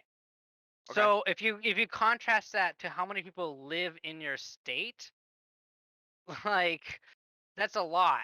Right, No, but so, In but comparison that's to like the crumbs. flu, to But the you- cold and stuff like that. right, but you also got to look. He's talking about like his personal like lifestyle and Talking stuff. about Like everything, right. dude. Well, I mean, like you do this mostly. So like this is especially, you know, I mean, like there's certain lines of work, right? Like medical workers and stuff. You are literally around people all the time. People that are at risk, people that come I in support with that. pre-existing conditions and stuff. That's why medical and first responders and stuff got the vaccine very quickly. And they were the ones to get it first, because they are the people that are at the biggest risk statistically are you know, the age it increases as you get older, right?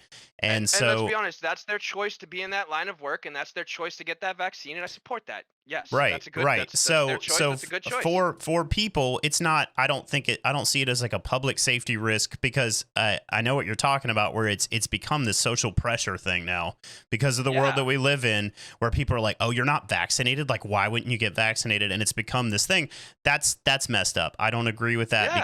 because based on some people like me, for instance, other than my work, my lifestyle did not change that much due to the pandemic, because I don't really I'm go gonna out and say do I a lot of disagree shit. with both of that. I'm sorry, but the thing is, I'm glad that the two of you are able to think for yourselves. But for me, because I have my dad who has an autoimmune disorder and is extremely at risk, I have to think that the brief moment that I decide to walk across some dumbass who decided not to get vaccinated, get this shit, even though I'm vaccinated, there's still proof that I can carry the virus and give it to my dad, that he's still at risk. And my dad, because of the disease he has, he can't currently get vaccinated because they don't have enough information on the people who have his disease and so he has to wait a year or two. So he has to wait a year or two for people who are like you, who are healthy enough to get vaccinated, and they refuse to, and he still has to go around and wear masks and feel risk for those amount of time because the selfishness that people are Not like, okay, well, selfish, because I don't people want that I don't don't want want to roll take the this dice. risk. No, right. People don't want to roll the dice on a whole bunch of history that has been proven to be fucking bad. And it makes Be- sense when you for- think about for yourself. no, but it doesn't think make about sense, others. dude. It does. Okay, and there's a point that I'm willing to think about others to an extent, dude, but not to an extent where I'm going to inject a liquid into my own body to make someone else feel better about themselves. I'm sorry. I think Yeah, about but people. the vast I'm a majority, good half person. the country, more Broke, than half I'm the a country good has guy. done I it. think about people other than myself every day. I've done everything the CDC has said from day one. I've worn a fucking mask. I've kept my 5 feet distance. I've done everything. But for someone else to call me fucking selfish because I don't want to get a stick in the arm from people that have been proven in the past to come out with false shit, and what you just said is, you as a fucking person that's vaccinated still yourself can catch it, and it's not 100% good. Why do I have to roll the dice? Nothing is 100%. Why am I selfish That's for the not reason. rolling the dice on that? Because you can't. The Because whole it's thing not of the studies 100% on you, it's not 100% on your dad, and then you want me to not roll the dice on a not 100% thing to put myself at risk for the fact of you guys? Yes. That's selfish to think that. Because no. Because That's selfish the to idea think is that. no, Someone the thing is, perfectly healthy if- has to put themselves at risk for other people? No, because the thing That's is, selfish. if you would like to go out in public and there is an actual virus, an actual pandemic that's been classified That perfectly by healthy every... people have a less than 1% fatality rate, okay, dude. I don't have. If you cannot admit that there was an actual pandemic, then It's an that's the actual crossroad pandemic. we're at. I Right, know. right. I admit it's an actual pandemic. But what I'm admitting, and that you can't admit, is that it has a less than 1% fatality rate. The people that are dying, that you're saying are hugely at risk, you want to put the 99% of people that won't die from it to roll the dice? That's what you're saying you want to do? I And you say that's not guarantee selfish? you what you're saying now is because How can you guarantee that? They've had a history because of there's shit. literally there is 3 new variants of this exact same virus that we're currently dealing not with scared of the that virus. have overrun 3 separate countries currently in the world in the last 2 months. But since we don't have it yet, like last year, we're all like, whoozy doozy, it's not, we're fine, and we're just waiting. That's it. And so if you don't We'll catch see. up, and if you don't vaccinate, if you don't prevent yourself from the current things, you fall behind and you become the one that becomes a super spreading. Or if you try and keep up with the current times and provide yourself relief from pain, you become an opiate addict, and then the whole country looks down that on you. has no to compare. It's the same thing. You're taking the information Yes, from the same place, broke the fucking that has pharmaceutical no industry. comparison It's at the all. it does. To compare, It all comes down to no, where you to take your information compare from. to compare someone who willingly They're takes both an pandemics. opiate, to compare Not someone willingly. who They were willingly takes prescribed. an Okay. opiate. Someone They will were- take an opiate for pain, and then once over time they realize it makes them feel good and continuously do it. Nope, That they were is their told it's own safe. choice, okay? They were told it's safe. To What about that? compare that to an epidemic is literally blinding yourself, okay? Nope. So How let's can you compare someone to willingly over time take an opiate Broke, for I'm not years talking about addicts. to I'm taking talking a about single shot in hopes that you prevent I'm talking an about epidemic? all the 55-plus-year-old people that now every single day are prescribed opiates and are hooked on it. And now you're talking about going and get a vaccine that I need to go get every 6 months as a booster shot? It's the They're same thing, not. dude. It's the same thing, dude. well, It is we not at all. don't. We Do hold Do you on, not hold know on. that there's a flu vaccine every year? Are you that blind that there's Nope. a actual flu vaccine that's Yep. made every single year? Yep, Right. and guess what? No one got that this year. The And flu's my gone. dad, who The has flu's an gone. autoimmune disease, has to get that almost every year because my mom, who's anti-vax, refuses to get it. And so the fact that my dad doesn't want to die, he has to go out and get this vaccine because my mom, and he stands behind my mom's beliefs, okay? Because he's married to her. But he also doesn't want to die. So he has to go out and get this vaccine so he doesn't die because my mom refuses to get it. Yep. Okay? Yep, and I'm gonna this tell is you right something now, that's been I don't going want on your dad for to die. decades I hope your before dad this lives a long and pandemic. happy life, dude. But what I'm gonna say to that is the rest of the world, as the 99%, your dad being the 1% of the people, the rest of the world as the 99% shouldn't be forced to roll the dice on the fact that it might not work to satisfy the 1% My that dad's are not at one risk. part of the 1%. I'm R- sorry, but the percent of people who can die from COVID and the people who have the extra effects who are obese, especially in America, the amount of people who are obese in America are very large. The amount of people who have autoimmune disease, the amount of people who have immunosuppressive diseases is at least 9 to 10%. This is an extremely large percentage of people, and you're saying to let them die because you just don't want to risk it. Right. No, so, I'm saying hold on. saying that the less than 5% of people shouldn't have to dictate the way the rest of the 95% of the people live. That's what I'm saying. So I'm not just gonna dictate the way I live to make the It's rest not of the about 5% of people dictating. feel It's good. about like It is. so like It there's is. a You want me to go get a there's stick in the private arm? companies that exist in the United States, and private exactly. companies are allowed to make their own rules.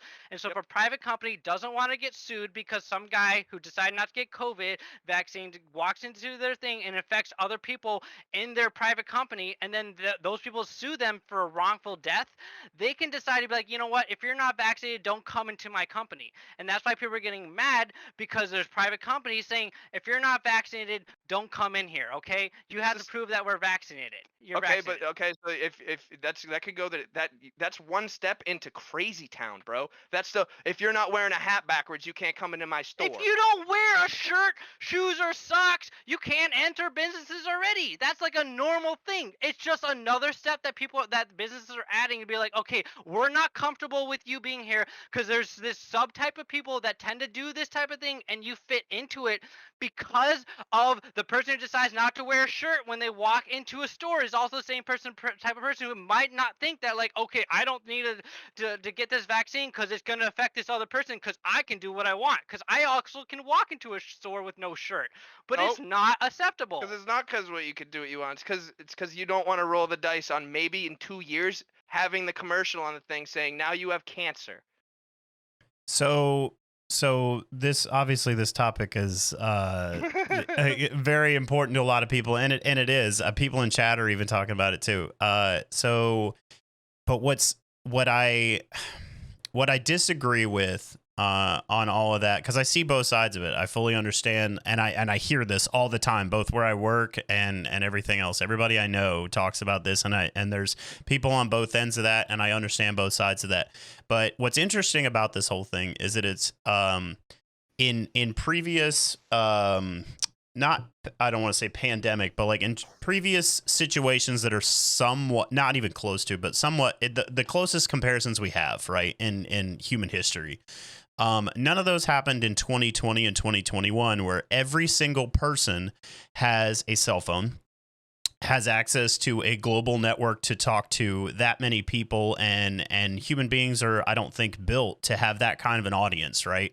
We're not designed to be able to talk to 60,000 people if we wanted to, and be able to pull an audience like that. And so everybody's opinion is out there. And because of this and the way that people feel about it, and they feel very strongly in a lot of cases, they have created this social pressure. And it's not just regular people that are doing it. It's companies and everything else. And even the CDC's leaning into it, right? They're very much not directly saying you're a bad person if you don't get vaccinated, but they're kind of implying it, right?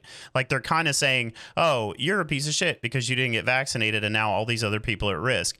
I don't agree with that at all. I don't, the whole, so like the chickenpox vaccine, right? So I'm 36 years old. All I was trying to get across is that what you just said right there, that was my whole point in the beginning, is to call everyone that doesn't want to get the vaccine selfish is fucked. That's right. Wrong. So there's a lot of people that don't get it, and for a lot of different reasons. And the point that I'm trying to get at though is that, like, so I'm 36 years old, and the chickenpox vaccine is the thing, but it's only been around for, I want to say, maybe 10 years, maybe a little bit longer than that.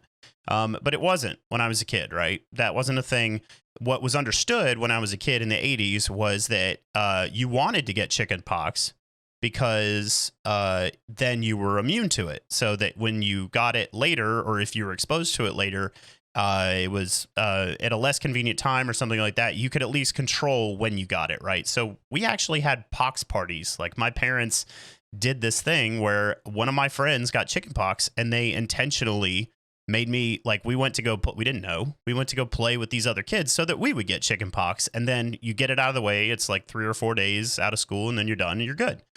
And so now there's a vaccine for it, right? And a lot of people choose not to get that vaccine, and it's their business. But this whole, people use it for abortion and stuff, but my body, my choice, right? And that is very much still an important factor, and I think it is something we have. You have a right as a human being to choose what somebody sticks in you or not. Public health and safety is one thing, and I fully understand that. But at the same time, it's your business if you want to get it and if you don't. The MMR vaccines, measles, mumps, rubella, that like most kids get at the hospital and stuff like that, those are optional, by the way. You do not have to get your kid vaccinated. And so you can send them to public schools and everything else without vaccines, but because there are enough people that are already vaccinated, it doesn't really become a problem. Most of those have been pretty much eradicated. The herd mentality, yes. Right, not the herd right. mentality, it's what they call herd immunity. Herd immunity, right. So here's the thing, though. This COVID-19 is new.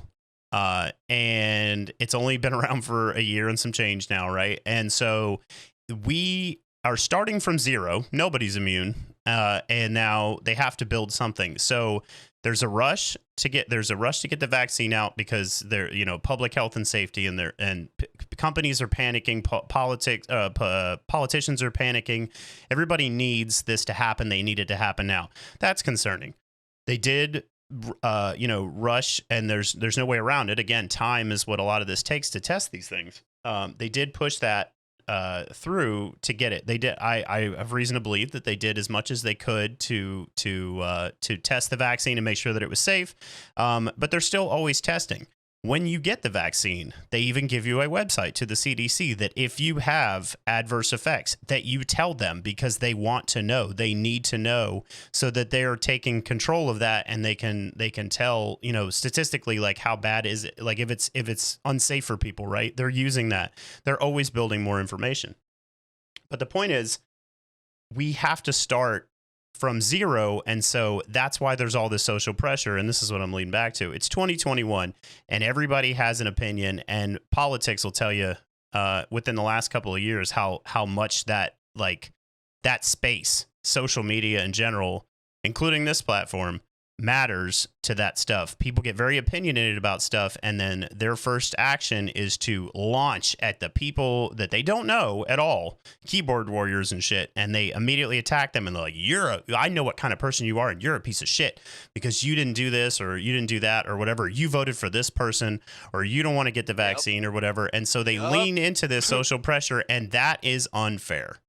While I think it's, like I said, I got vaccinated. I support people getting vaccinated. I think it's a good idea. I think that the public risk far outweighs. Here's a better way for me to describe my position. I believe that if you get mad about getting restrictions placed on you for not being vaccinated, you should go fuck yourself. Because those restrictions are in place because we're already, like Salty said, we're in a stage that we don't know where the fuck we're doing with this whole pandemic, and we're still trying to manage it. And so those restrictions get put into place by private companies because they don't want to get sued. And so if you want to go into this private company and then get mad about not being able to do something because you're not vaccinated, and you got to prove you're vaccinated to go into that private company, then I'm sorry, but they can do what they want. They don't want to get sued. Well, And see, so that's Broke, on not that new. same ticket. No, listen. Broke, on that same ticket then, right? I'm looking on a screen right now. You and Salty both got glasses, right? So I'm just gonna say, company tomorrow decides road crashes on the roads are killing.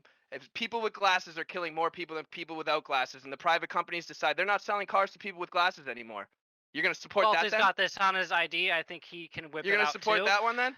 Nope. Salty has this on his ID. I have it on my ID. We already have a restriction on our ID that says C because we cannot drive without our glasses. No, I'm saying you can't have your car anymore. I'm saying you can't have your car anymore. Salty legally cannot drive without correct Right. lenses. So hold on. I'm not So asking what you have now. Placed on me What- I'm and not him asking alone. what you have now, bro. Yeah, I'm not asking what you have now, what bro. Shib is saying I'm now saying move it a is step forward. Would you be okay with the fact of them saying you cannot drive because you have glasses? Would that be cool to you?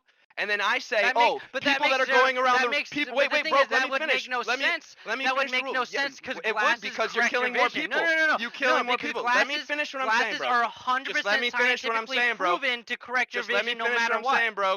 Just let me finish what I'm saying. They take away your ability to fucking drive because you have glasses, right? And then everyone that doesn't have glasses says, oh, the people with glasses that are going around their fucking that law just to get to work and just to provide for their families, those guys are fucking assholes because the law says that they can't drive. Again, Would you still support that law? That is completely different because It's glasses. No, it's not, because listen, glasses scientifically. It's are government proven. overstep No, of telling you what you can do with your body, Can you bro. let me say what I'm saying? Okay, yep. But what I just said is fact. Glasses, no one can refute what I'm saying right now. Glasses are scientifically proven to adjust your vision, to correct them to perfect vision, and if they don't, then you can't drive. That is scientifically proven. Cool. And I 100% back any law that prevents someone from being able to drive like that. 100%. So I agree with you. 100%.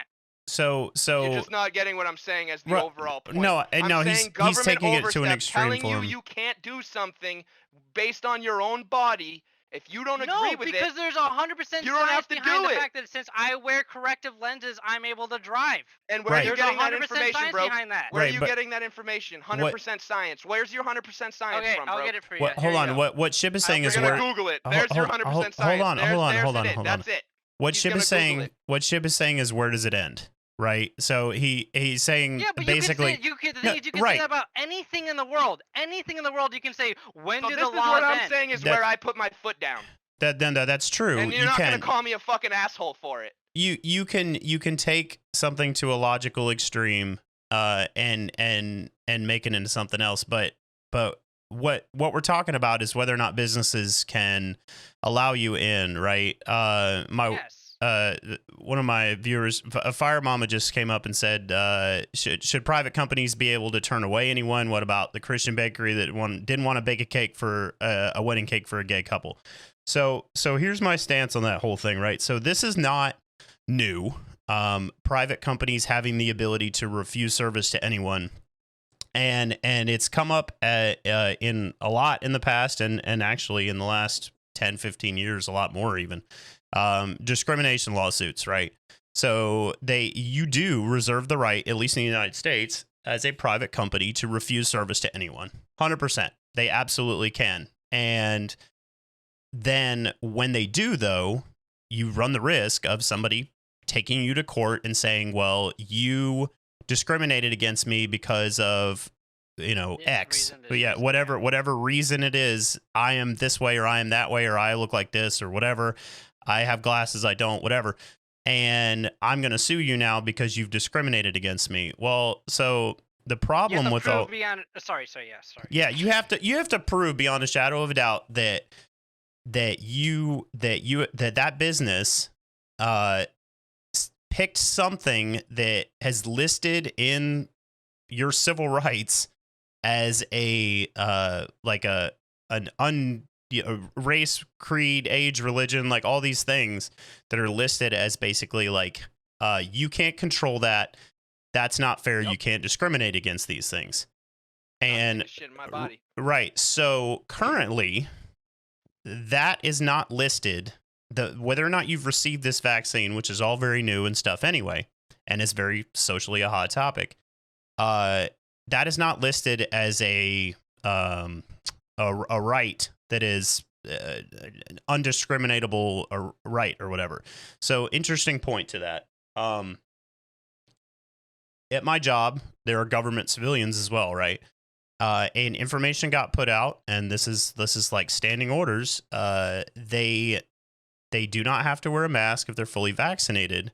However, supervisors are not authorized to ask if they are vaccinated because they're falling under HIPAA. Most base rights, dude. Right. Well, it's the same as like getting pulled over by a cop, dude, and you're not doing anything wrong on a basic fucking road. They're saying it's healthcare rights, right? So basically, you can't, like, let's say I go into a public, I walk into Walmart, right? Like, and let's say I'm HIV positive, right? And I walk into a Walmart, they can't ask me information about my medical record. Like, you know what I mean? Like, they can't say, are you HIV positive? Oh, you can't be in here because we don't want our customers to get AIDS or something like that and then make me leave. You can't ask questions like that. That's illegal. That is none of their business. And so currently that is how the vaccine is falling, right? Because whether or not you're vaccinated is your business. What they are doing and what a lot of this heated discussion has been about is instead, because you can't ask about it, they are leaning into social pressure really hard to a point at which they're trying to make you feel bad if you do not get vaccinated. They're doing it through positive reinforcement. Like, there's just all these, you see, I scroll on Facebook for 5 seconds and it's every other ad is something about the vaccine and how many people are saved and all this other stuff. And it's very pro, hey, it's not so much you're a bad person if you don't do it. You're a it's better person if you get it. That's it. You're a better person if you do it, and so you should.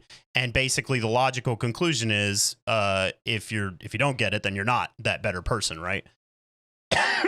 That's But That's- yo, Salty, I think how that's do they effed up. control? So for the HIV, so someone that's HIV positive that goes into a store, right? Whatever. How do they control these things? They don't force someone to not have sex that's HIV positive. What they do is if someone's HIV positive and they knowingly spread it, they have laws in place that okay, that's wrong.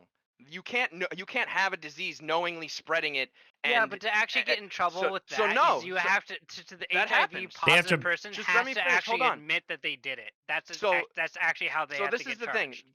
This is the thing. You Just so can't you know. approach anything like that saying that okay, this person has it, you can't have sex anymore. That that's a bodily function of your own thing. It's like you have to at that point say okay, if you knowingly have this, you have to let people know. You have to not have sex unprotected, and if you do, there are these repercussions after the fact. You have to give people the option of choice. We don't live in Nazi Germany where we have to adhere to this bullshit. We live in freedom America where guess what? Yeah, but you're we have talking the about option of consent. choice. You're talking and in an no, area and consent. it rolls No, over no, into this whole thing of No, getting the because vaccine. if you have COVID as yourself and you I'm walk not gonna into a right. store I'm not with gonna COVID, right. I'm the not gonna person knowingly next to you spread it. has absolutely no Right. consent to getting that COVID. Neither Whereas does the in a person sex that gets situation, which HIV you're from the defi- guy you're that doesn't tell describing- him. You're That's- describing What in a I'm sex telling you is let situation me where two finish. people are You didn't even let me consenting, though. finish. You didn't let me finish. What I'm telling you is it needs to be approached from a different way, not this social pressure bullshit way where everyone feels like they need to get it. What it needs to be approached is the way they approached in the beginning. Have your social distancing, have this, that, and then if you know you have it, and guess what? You go out of your quarantine, there's penalties for that. Well, that's the biggest issue is that you There's can have it for but they up don't to have 48 that right you can now. They don't you have can that right have- now. They you don't can have that right have- now. You can There's have there should be penalties for people you that can break have the virus quarantine 48 and hours knowingly and spread not it. even know Right, and not have but- any and that's not your fault. symptomatic Right. effects That's not your of it fault. and That's pass it to not other your people. fault. But That's not your why fault. the vaccine exists. So That's it's the whole we roll back to that Right. whole thing, you know. It's Yep. difficult Right. to prove. So with the HIV thing, right? Because that's more or less a death sentence. I mean, that's much more severe, right? Obviously. So you know, if you have that and you have the possibility to give it to somebody else, you have unprotected sex with somebody. It is still very difficult to prove that person knew that they had it and that they chose to, you know what I mean? That they put themselves in a situation Yep. where they're going to put, charge them with attempted murder, because that's more or less Right. like what they're talking about. How many people die from that a year, right? How Right. many people die from that a year? Let's think about it. And they're not calling that a pandemic, but people still infect people with HIV every single day. People are dying from that every single day. Right, Shit, right, but so- excuse me, but the agency just called and they're telling you that they called it a pandemic. They literally labeled it as a pandemic. Is it still So- a pandemic right now? No. No, So because so the saying, news but it thing was is on the labeled front as stage one. of the media trying to scare you and get you to do something else. hold on. So let me finish. So the way that let me put my thoughts together. So the way the viruses work typically, right, is the strength of the virus determines its life cycle. And SARS is a perfect example of this. Actually, this virus is technically, if you get tested, it says SARS novel coronavirus 2. That's literally what it's listed as. SARS-CoV-2. So when SARS happened in Asian countries primarily, it wasn't that big a deal over here. It was very, very powerful. It killed a lot of people and it killed them very quickly. But with it being so strong and the symptoms being so severe, it was very easily identifiable. And so they could, without a shadow of a doubt, when somebody had it, they took on symptoms very quickly. You could immediately tell that guy has SARS, and you can isolate that guy and either help him if there was a way to help him. And if not, he wouldn't be giving it to everybody else. And then if he died, then he at least didn't spread it or whatever. And so it was controllable to a degree. The disadvantage to this COVID-19 is that it is not nearly as strong, and it does kill a lot of people. It has killed a lot of people that are, weakened immune systems. Sometimes randomly people are completely healthy and they've dropped dead too. Unfortunately, it affects everybody different, but the disadvantage here is that it is very possibly asymptomatic. That's the scariest part about the whole thing, right? Is that so you can have it and literally know absolutely nothing, not a single symptom of any kind, and you are just walking around living your life, and you are you're being careful, you're washing your hands, you're sanitizing, you're staying 6 feet. You have it, and you're spreading it to other people, and you don't know.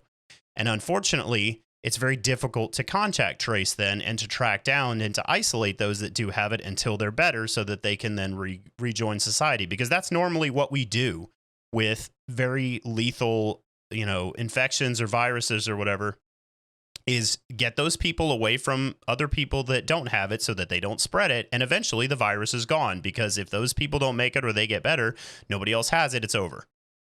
I don't want to gang up too much on like either though, because I do have to say that on the other side, like when I'm saying like, because my mom refused to ever get the flu vaccine because of the complications my dad thinks he got from it. There's this whole thing, and so on the other side of it, the whole hesitation that I'm getting to understand that Shib has of a new vaccine and not taking it, I can definitely understand it, because it's definitely what my mom has, and Yes, it's definitely what thank my you. dad Please, has thank currently. you. That's all 'Cause I it's- wanted it's to hear like you it's say new, from the very beginning, and dude. it's just Because scary. It's just like, as long as you're wearing a mask and going that's out all and I'm, doing dude. the I'm things you're doing supposed everything to do, else, man. That's literally it. All I'm it's asking is just the freedom of it's choice, and I'm not saying it's a bad thing. Dude, all I'm saying is that, bro, like at the beginning of this, you literally started the conversation by saying that everyone that doesn't get the vaccine is basically an asshole, and that's been the situation that has no. rang I true. said I said when I was talking about the people who get mad at companies not allowing them to come in because they can't prove that they're vaccinated and stuff,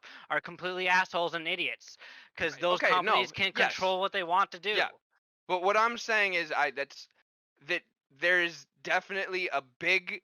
I'm not saying that the vaccine's bad, and that I'm saying that the people that are most at risk 100% should get it. The people that have chosen their line of work, that are in direct contact with people at risk, they should get it. There's definitely scenarios 100% where getting the vaccine is the right choice. Because But what the I'm saying reward is, outweighs there's the risk. definitely people in our country, all across the world, whatever, regardless of their circumstance, that getting the vaccine right now is not the move, because guess what, there's not enough information out for them, or there's been situations in their life where the place that everyone is getting their information right now isn't that great. Regardless of their belief, all I'm saying is the people that are most at risk and the people around them, great, get it. But to say that everyone that doesn't get it is an asshole is ludicrous, because And I some didn't people, say that, including okay? myself, are just asking for some time to see what fucking happens. And there's been a lot only of say you're an pressure. asshole if you decide to go into those organizations getting mad at them for their restrictions for not having a vaccine. No, I'll wear a mask. well, I'll so- keep my distance, but I'm not gonna just not be able to go around and live my life either. Well, That's where I draw a line too. So I that gotta was take the the enchilada same. cover off 1 second. All right, so that was the same argument that people had when this first started, right? Was whether or not they can be in a business without a mask, and there was a lot of people that disagreed with that and everything else. They were like, "It's my right not to wear a mask," and I get that. I do want to move into another topic, but before I do, I want to add one more thing to this that we can briefly talk about, I guess. And we're kind of leading into it anyway. So the next logical step, and it's already happening, is kids.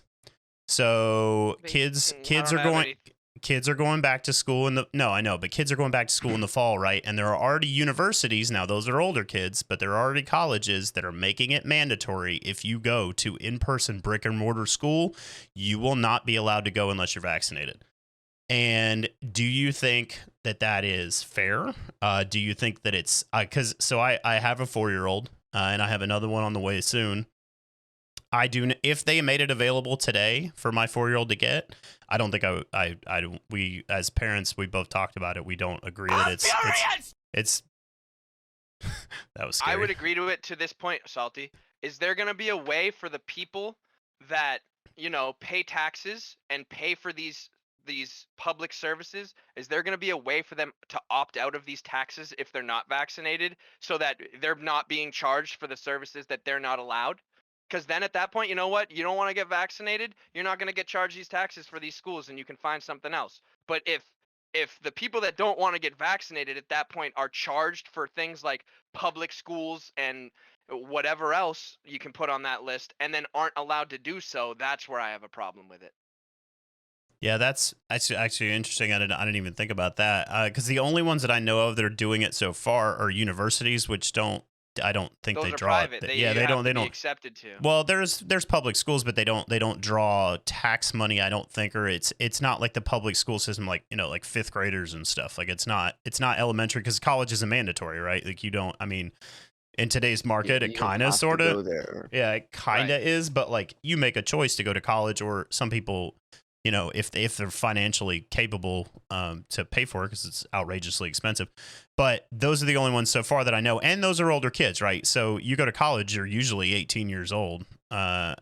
So they're legal adults, but they are authorizing. I just read an article, I think it was this week or last week. They're testing at least the vaccine on kids ages like 12, I think, or something like that. They're trying younger people or whatever, but I don't know. Fire Mama just said, I don't want the vaccine for mandatory to kids go back to school. I'll homeschool. Right, exactly. So now we're talking about much younger kids too. That's a different situation, right? Because that may be a logical step that we take this, and that is a scary thought, right? That they're talking about And because hey, I agree with what she said. because But kids if kids that's the spread case, shit. but she should be compensated. She should be compensated if that's a fact, because you know what? She's gonna be working a job, paying taxes, and guess where that tax money goes? To the things like public schools. And then if she's not allowed to send her kid to a public school because he's not vaccinated, then she shouldn't have to pay the tax that goes to the public schools funding. Right. Yeah, no, that absolutely makes sense. Yeah, because then that's So I agree with it, because there's people that'll be like, okay, fine, fuck it, I'll homeschool my kid. Then, but okay, and if they have to do so because the public services aren't available or up to par to what they think they should be, then you know what? Then that's what it is. They well, should and get that's some sort of a compensation there. right, and that's been a scramble this year. I mean, every state's handling it differently, and they handle their public school systems all differently by state. Excuse me, by state, right? But I worded it wrong too by saying compensation. It's not even compensation. It's an opting out of paying for something you're not allowed to do. right, You know what I yeah, mean? Because exactly. a tax is what? A tax is what? You're paying tax to be able to opt into the public services. If you're Yeah. not allowed to do so, then you should be able to opt out of the fucking tax. Well, now I think, and I'm not sure how each state operates, but I'm pretty sure at least that if you homeschool your kids, you still have to pay the same taxes where they're paying into state education and everything else. But you do that knowingly making a choice, because now you're talking about like if you've made the choice not You to don't get the get any vaccine. sort of a tax So- return on your. You don't get any sort of a benefit on your tax return or anything like that. I don't know if you do or not. You might. I don't either, so I can't but, speak on it. Right, but You should. yeah, I feel like it would make sense. Like if you told me that you did, I'd believe it, right? Like it would make sense. Right. Yeah. I mean, that does make sense. But we are talking about something different where you're no longer, because of a choice you have medically, you're no longer offering, if that's if they do that, right? You're no longer offering the option of going to public school. And so now is that fair to charge the taxes for those? And I don't think so. It's state by state. They're all handling it differently. The whole school year, a lot of, like I said, I'm in my 30s, so a lot of the people I went to high school with, almost all of them have kids, multiple kids, right? And so they've all got school-age children, and it's been a scramble. There's been a lot of these families and stuff that have both parents worked, right? And they worked outside the house. So they kind of depended on school because that's where you send your kid every day so that somebody's watching the kid's at school, and now the parents are at work, and they weren't able to do that because they shut down all these schools. And so somebody had to be home. There was people freaking out. I gotta go because I'm gonna have dinner with Lydia, and she just went through some shit with the work, so I gotta talk with her and stuff. So okay, it has been over 2 hours. You want to do? Let's do the giveaway. Let's run it. Yeah, let's run the like a few giveaway, and minutes. then we'll wrap it up. I mean, he still's got to do the giveaway and stuff, so it's gonna be a few minutes. I'm just saying we should wrap it up. Yeah, I got you. Start playing the Oscar, guys. the music. Just make it louder and louder in the background and tell everybody. Sorry, she just started talking to me, and I realized I should probably leave and talk to her. Now you're in trouble. Now you're in trouble. Well, so Commander Lydia, Green, what's put some your? pants You on. haven't said anything in a while. those guys there's some heated discussion there for We a was little yelling. Yeah, Yeah. there was a heated discussion. I We was was like, yelling. all right, I'm just gonna stay quiet for a minute and let this pan out. Like, My bad. bit. Hey, well, it's so alright. It happens. are you? You said you weren't vaccinated yet either. No, Is I'm it? not. Is it? What's your just briefly like? What's your opinion on that? I feel like it is, people's decision. If you want to get it, you can get it, and if you don't want to get it, you shouldn't be considered an asshole to the public and to private companies because of that reason. And it's just more of like rolling the dice. If you want to get it and put yourself in that spot, in that position of maybe getting the virus or something worse happening, that's completely your decision, Yeah, That's how exactly. this Yeah. country is. But it's just very odd right now. Like, People get mad, bro. People get mad. Yeah, All dude, right, I was this is- misreading, I mad. guess. My Yeah. apologies. No, you don't have to rush anything, Salty. All right. Well, we're about to do the giveaway anyway, and then we'll maybe do She's another done topic, talking and then. about it. All right. But yeah, I mean, on like I said, I keep bringing it back to this. It's it's 2021, and every little topic seems to divide the country. people off, So, yeah. yeah. Oh my God. Like politics started it, right? Obviously, the race Yo, between. the second those motherfuckers say that I can't smoke weed, We're all that's going it. to war. Well, so Exactly. they right. They let the states handle that stuff, but I mean, like we were talking about, for the Because you president, know why? right? Because they know we'll all go to war. It's like, if me and Chip can't agree on vaccines, we can agree on one thing. Well, so think about it this way, right? So, what 10 years ago, that was unheard of that they were Oh, even I going to know. let, and it's still federally illegal, but like it's in the states, it's Did they? it's handled state to state, and they saw an opportunity for tax money, which they absolutely get out of that, and a lot of those states are using it for education. Actually, we're talking about education. Some of the most profitable states that are selling it or that are legalized recreational marijuana, they're doing very well for the stuff that they're putting it towards. My record, Salty, is weed. Yeah, Really? so That you want was to talk about that? 2 Let's years just talk before about the fact weed that became legal. everyone's making fat stacks off weed now, and there's still plenty of people locked up Yep, in our country from weed. from weed. It's crazy, Literally, right? I had $16 of weed on me. I had bought a dub, smoked Oh man. 2 bowls with a friend of mine, and then in out your of the legal blue, state. cops show up, and Oh. then I get a $400 ticket and a misdemeanor charge for marijuana, and it's just like okay, Yeah, thanks. $400. Yikes. It's crazy just because of my age and where I live geographically. It's crazy to see the way the laws have progressed where I am, because I went from where I live to it being a completely illegal, like you're in trouble type stuff, to now it's recreational and medical, and people use it as an everyday medicine.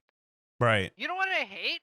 I hate that motherfucking little 17, 18-year-olds are going out smoking weed and not having to hide it. I remember going to smoke a bowl and being like, Oh, you're all right, jealous. gotta get the mints, gotta get the Febreze going, gotta get everything fucking Not- going to cover yo, this bro, shit up. Not only that is, dude, they got like the distillate pens and all that shit now. They're just like burning up in wherever they want. Everyone just does whatever they want wherever they I know, want. it's like, dude, It's in my lawless. Struggle first was year of real. college, we walked struggle was real 45 back in minutes the to day. my friend Tyler's truck to smoke a bowl. Like, what the fuck? Now walk 22 miles in the snow uphill. In the snow, uphill, both ways. No, we what? Barefoot. I live Thanks, in Grandpa. Ellsberg, and it got negative 10 in the snow, and we wanted to get stoned, so we still walked 45 minutes to his truck, turned his truck on, so we stayed warm while we smoked our bowl, and then walked the fucking 45 minutes back to our dorm room. That's hilarious. Because you gotta air out, and that's the one thing you learn really quick about weed, especially before it became legal, was like you gotta be outside for like 20 minutes after you smoke, or you're not aired out enough. Yeah, that is cool. I like how you did the lights in You there. got like a nice textured ceiling up there. Yeah, you know what? You know what the worst part about It's not it is? it's not a I didn't popcorn make the ceiling, salad. is I it? was lazy. So look, right? So I'll show you. I'll give you a sneak peek. Ready? So it's a textured ceiling, so you can see that. So it's kind of like sandpaper, but because the ceilings are so low and they're only like say 6'5" ceilings, when I go to take my shirt off or anything, if I take my shirt off like this, my hands get skinned. My knuckles is like Oh. fully, Dude, but dude. you know Like Salty's like 6'7", right? I'm so 6'8". he really he could wouldn't not survive in walk here. in your room without shaving his head. Salty would fucking knock his head on the top of my door every time he knocked in. God. He would come Yeah. in, he'd be like, "See ya." Yeah, boy. Wait, Shib, can you stay in your room? But is that If a I base? stood in It's my a room, dude, basement, look, wait, right? I'll give you a quick second. Yeah. Hold on, look. So look. Yeah, that's why it's the low ceilings. Oh Oh Look how my wow. close this God. is to the top of my head. Shit. And your Like, how the tall are bottom you? of my hand almost touches the top of my head. Salty would hit his head in my room. Yeah, I Yo, would have to Yeah. duck to Look at be in watch there. this. Shib, Oh, watch okay, this. so imagine Wow. I go to take Just to off give my you some- shirt. I take off my shirt and then sandpaper. Here we See go. you later, Knuckles. Here's the top of my That's how that goes. ceiling. Here's the top of my ceiling. Yeah, dude, what the? Yo, what? Yeah, Man's got a I'm in jungle 10 gym in his foot. bedroom. I think I'm in 10-foot ceilings, 8.5 feet at least. Yeah, so I'm. Dude, Yeah, I'm in but a the, fucking dungeon down well, here. that's basement ceilings, man. So I had a basement at my last place, and it was like that too. They're always lower ceilings down there because you don't need it. Gymnastics. He's like, He's getting yelled at by Lydia. He's gonna get his ass kicked right now. he's got to buy a No. bus ticket to touch his ceiling. I mean, it's the highest point is 12 feet up there where the light is. Oh, Dude, because the it's highest point the, above my head is like the archway 8 ceiling. inches. No, Jesus. yes, and we're comparing because Shib is sitting in a room with like 6'5" is the height of his room. She's like, Yeah. what the So hell is wrong with So you? Salty wouldn't fit in his room. No, Salty would have to duck to hang out with me. I could just sit down. in my whole apartment down here. Yeah, I just sit around and roll. The ceilings are the same. The ceilings are the same height. I swear to God, yo, the ceilings are the same height in the living room, the kitchen, the bathroom. The whole thing is just fucking like. If you're tall, you're screwed. And yo, the thing is, dude, I'm 6 feet tall, so I'm 6 feet tall. So that's with my hand above my head. That's probably where Salty would be. Like Yeah, he's right. got like 3-4 inches on me, right? What are you? Yeah, I'm 6'8". So yeah, how long is a hand? Yeah, That's I mean, less than 8 inches, dude. yeah. You No, I would literally hit I your would have head to. on the I'd have roof to of like. my room. I'd have to stand there like with my head like to the side. I know. Salty can't hang out at your house, Shib. Salty be cooking dinner in the kitchen like this. If he was living in my apartment. No, it's just the whole house is around like 6'5" for the ceiling. Yeah. So He when lives in Massachusetts, babe. we went to No, Massachusetts is like they squeeze a bunch of like shit and a bunch of shit. It's like New York, basically. shit, Yeah, and a bunch where I live, honestly, you want to know the craziest part about where I live, right? The craziest part about where I live, so the whole downstairs, I have a kitchen, a living room, a bathroom, and 2 bedrooms. For this apartment, with the height still, it would be like between $2,400 and $2,800 a month. damn. Insane. California over here, Jesus. Yeah, we crazy. Apartments when and we stuff. were looking to buy a house before, and we house shopping, we looked at a bunch of places. One of the places we looked at, we really liked it. It had the bedrooms that we liked and everything else, but the kitchen, just because of the way the house was designed, the kitchen had a really low ceiling in it, and that's exactly what My happened. God. Like we walked in with the realtor or whatever, and she was like, "Oh, I don't think this place is gonna work." And I was like, "What do you mean?" And I walked into the kitchen, and I had to It's stand I just here hit like my this. forehead on the counter. I stood at the oven and I was like, "Yeah, this might be a problem." And she was like, "Yeah, we're gonna go to the next house." Like, I can't squat in my house all day. Like, that's ridiculous. Just really Yeah, build that really would build up get the thighs. tiring. Build up the core I work. know. That's The craziest place that I ever lived with, it was something like that, whereas I lived in a 2-bedroom apartment that was in basically it was an attic, so it was 2 bedrooms, a living room, and then the downstairs kitchen was shared. But the bedrooms were in the attic on where the roof was slanted, and the bathroom was also where the roof was slanted. So you couldn't stand up to pee as a guy because your head would be hitting the ceiling. So you either needed to like stand at like an awkward side angle and like tilt your whole body, or just like Or you sit down just and need to pee. sit down You and just pee. needed to just sit down and just be like, all Just right, take this a is what it is. squat. This whole house sucks. I'm sorry, but I'm gonna say it right now. I'm in the category of sitting and peeing. I've always sat and peed. I've always been like, you know Really? what? It might take me longer than a minute. And I want to sit on my fucking phone. Wait, no so way. I'm sitting and peeing. No way, dude. Dude, That is the craziest fact I've heard all night. I think you're the only dude I know that does that. Ever. No, I'm not. I've talked to multiple people. 'Cause No the thing way. Is, I learned No. through a YouTube No video that way. apparently when you sit and pee, it like relaxes your urinary tract area. So it's like better to sit and pee than it is to stand and pee. No way. No. Wow. Losing it over here. Yeah. Bro. So yeah, I've Yo, heard. no, I no, know there are salty, people. salty, Shib, do you wipe front to back? Shib, answer right now. Do you wipe front to back or back to front? What do you? What kind? Do what? you wipe front to back or back That's to front? I don't know. What do you do? That's weird. No. You That's have not to a answer conscious first. thing. You're already getting front weird to about back. this, so It's front to back. You go It has to be front front to back. okay. Are you back You're to not trying front? to wipe all the stuff Are you into back your to front? nuts, dude. What do you Tell me mean? you're back to No. front. Tell me you're back to front. Tell me you're back to No, front. I don't think very many people are back to front. Tell me you're back to. I need to hear that What you're kind back. of a question is that anyway? That's so weird. No. I didn't even know that was an option.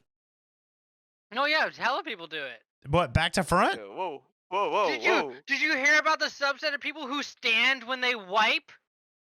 Whoa. That's not even possible, dude. Who Your does ass crack that? closes. It is 100% You're just possible. making a mess. It is Who 100%. does that? It's not just 100% possible. People literally think that Hey, it WoW is does. 100% okay to do this, and then think that that's okay. No. How does that work? You're squeezing your butt and pushing all this.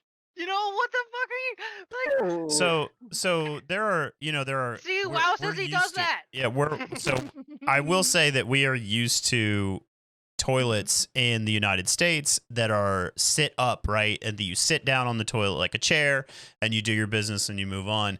But the other countries don't necessarily have that. A lot of them have it's a pit toilet or a squat toilet or whatever, where you're actually like crouched the whole time and you're never actually physically touching anything, and then they kind of are standing and wiping because it's kind of impossible not to, right?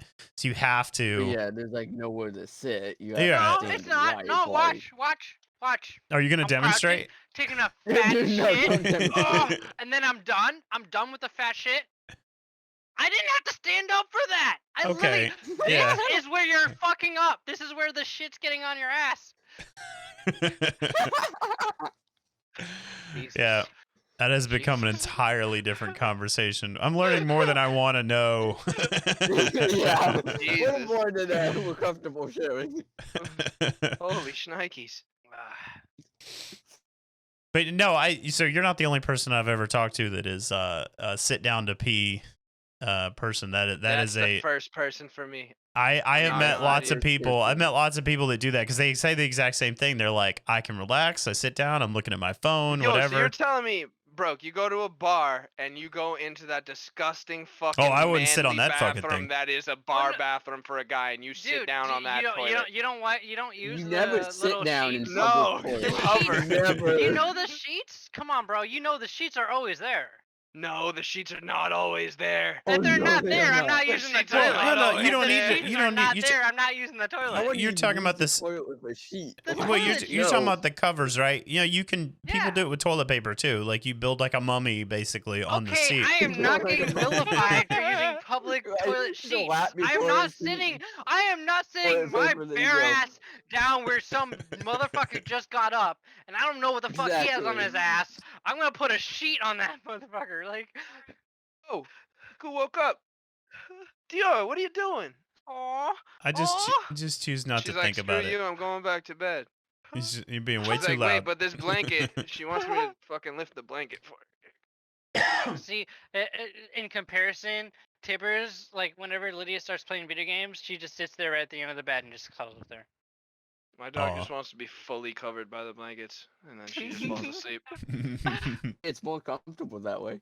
I guess. You know what the worst part is? So like you can see, I got a pretty fucking big bed. She sleeps Yeah. right in the center, facing my like God. horizontally. So there's just no room left when I decide to go to bed. I'm feeding my lizards, so I have to turn my camera off. Oh, What- okay. Why? Well, we're about to Really? wrap up anyway. Yeah. Oh, So- okay. So, are you gonna go live? out. I think I might. If you guys join for hunt, I'm gonna go play some hunt. I don't want Yeah. to play it alone. Yeah, if you go, I can't. I gotta go to bed because I got work tomorrow. But I'll host you. I'll go so live for at least an hour, even if no one joins. so Yeah, I don't think I'm gonna play hunt. I'm not like my bad, broke. I'm sorry, but I think I'm gonna play a little league. So follow these guys on Twitch, twitch.tv/brokehisphone, twitch.tv/shibOG, and twitch.tv/the Volvorians. That's where Commander Green streams with some other people. Thank you guys for being here. This was fun. We laughed, we cried, we had a good time. At the end of the day, we're all still friends, Who the right? fuck Yeah. cried? Yeah. Oh, I cried quietly to myself when you started talking about wiping back to front. People do it. Look it up. It's and the standing Yeah, while it is a wiping thing, thing people do it. is just so you know, Miskif does it, and that's why I found out about it because he was like talking about doing it, and then Dude, like, he people were was like, probably "What? just What are you talking trolling about?" And he people. was- He No, had to. tiny He was. bit it less became in this this whole bottle. meme where like there's a subset Cheers. of people that he did a poll that's like apparently like 45% of people stand when they wipe, and I don't understand why 45% of the people in the world think it's okay to stand up once you shit. That's And then wipe. That's a false thing.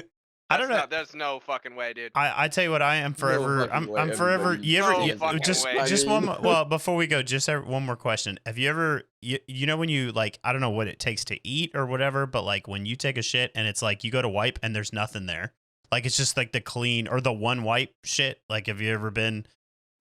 Have you had the pleasure of experiencing that? No, because I haven't. 'Cause Yeah. my stomach is always fucked, so I'm in the complete opposite direction. Where Well, if you you're eating guys pizza are in a rolls more and different shit, like world you're than me. fucked. Yeah, my diet is Yeah. horrible. My diet is so bad, and every time I'm like, yo, there is no way someone's standing up and wiping after that fucking destroy monstrosity mess. Like, no chance, dude. You're just gonna make a worse mess if you stand up, dude. Fix Well, yourself, dude. Come on. So my diet varies, right? So I've had both sides of it, right? So like during the week I eat really healthy or try to, and then so like I'm good, and then fucking weekend and I just like tank it and eat pizza rolls and garbage and all this other stuff, and then so my stomach is Yeah. like totally screwed like Sunday, Monday, and then by Tuesday I'm good again. So like Tuesday, Wednesday, Thursday, the shits are clean, everything's happy, we're good, and then like Friday nights, fucking shit in my pants, like just fucking terrible. The weekend is just like the pure shit weekend. Oh my god, dude! Because I I tried, know dude. I'm gonna do it too, and I still, you know what I mean? I'm like, yeah, I want some Yeah. fucking pizza and some fucking chips and all this other shit. Trying. All right, well, let me go back to full cam here. All right, so appreciate you guys coming out. This was fun. We will be doing this again next month. It's just monthly for right now. All right, thanks guys. Later.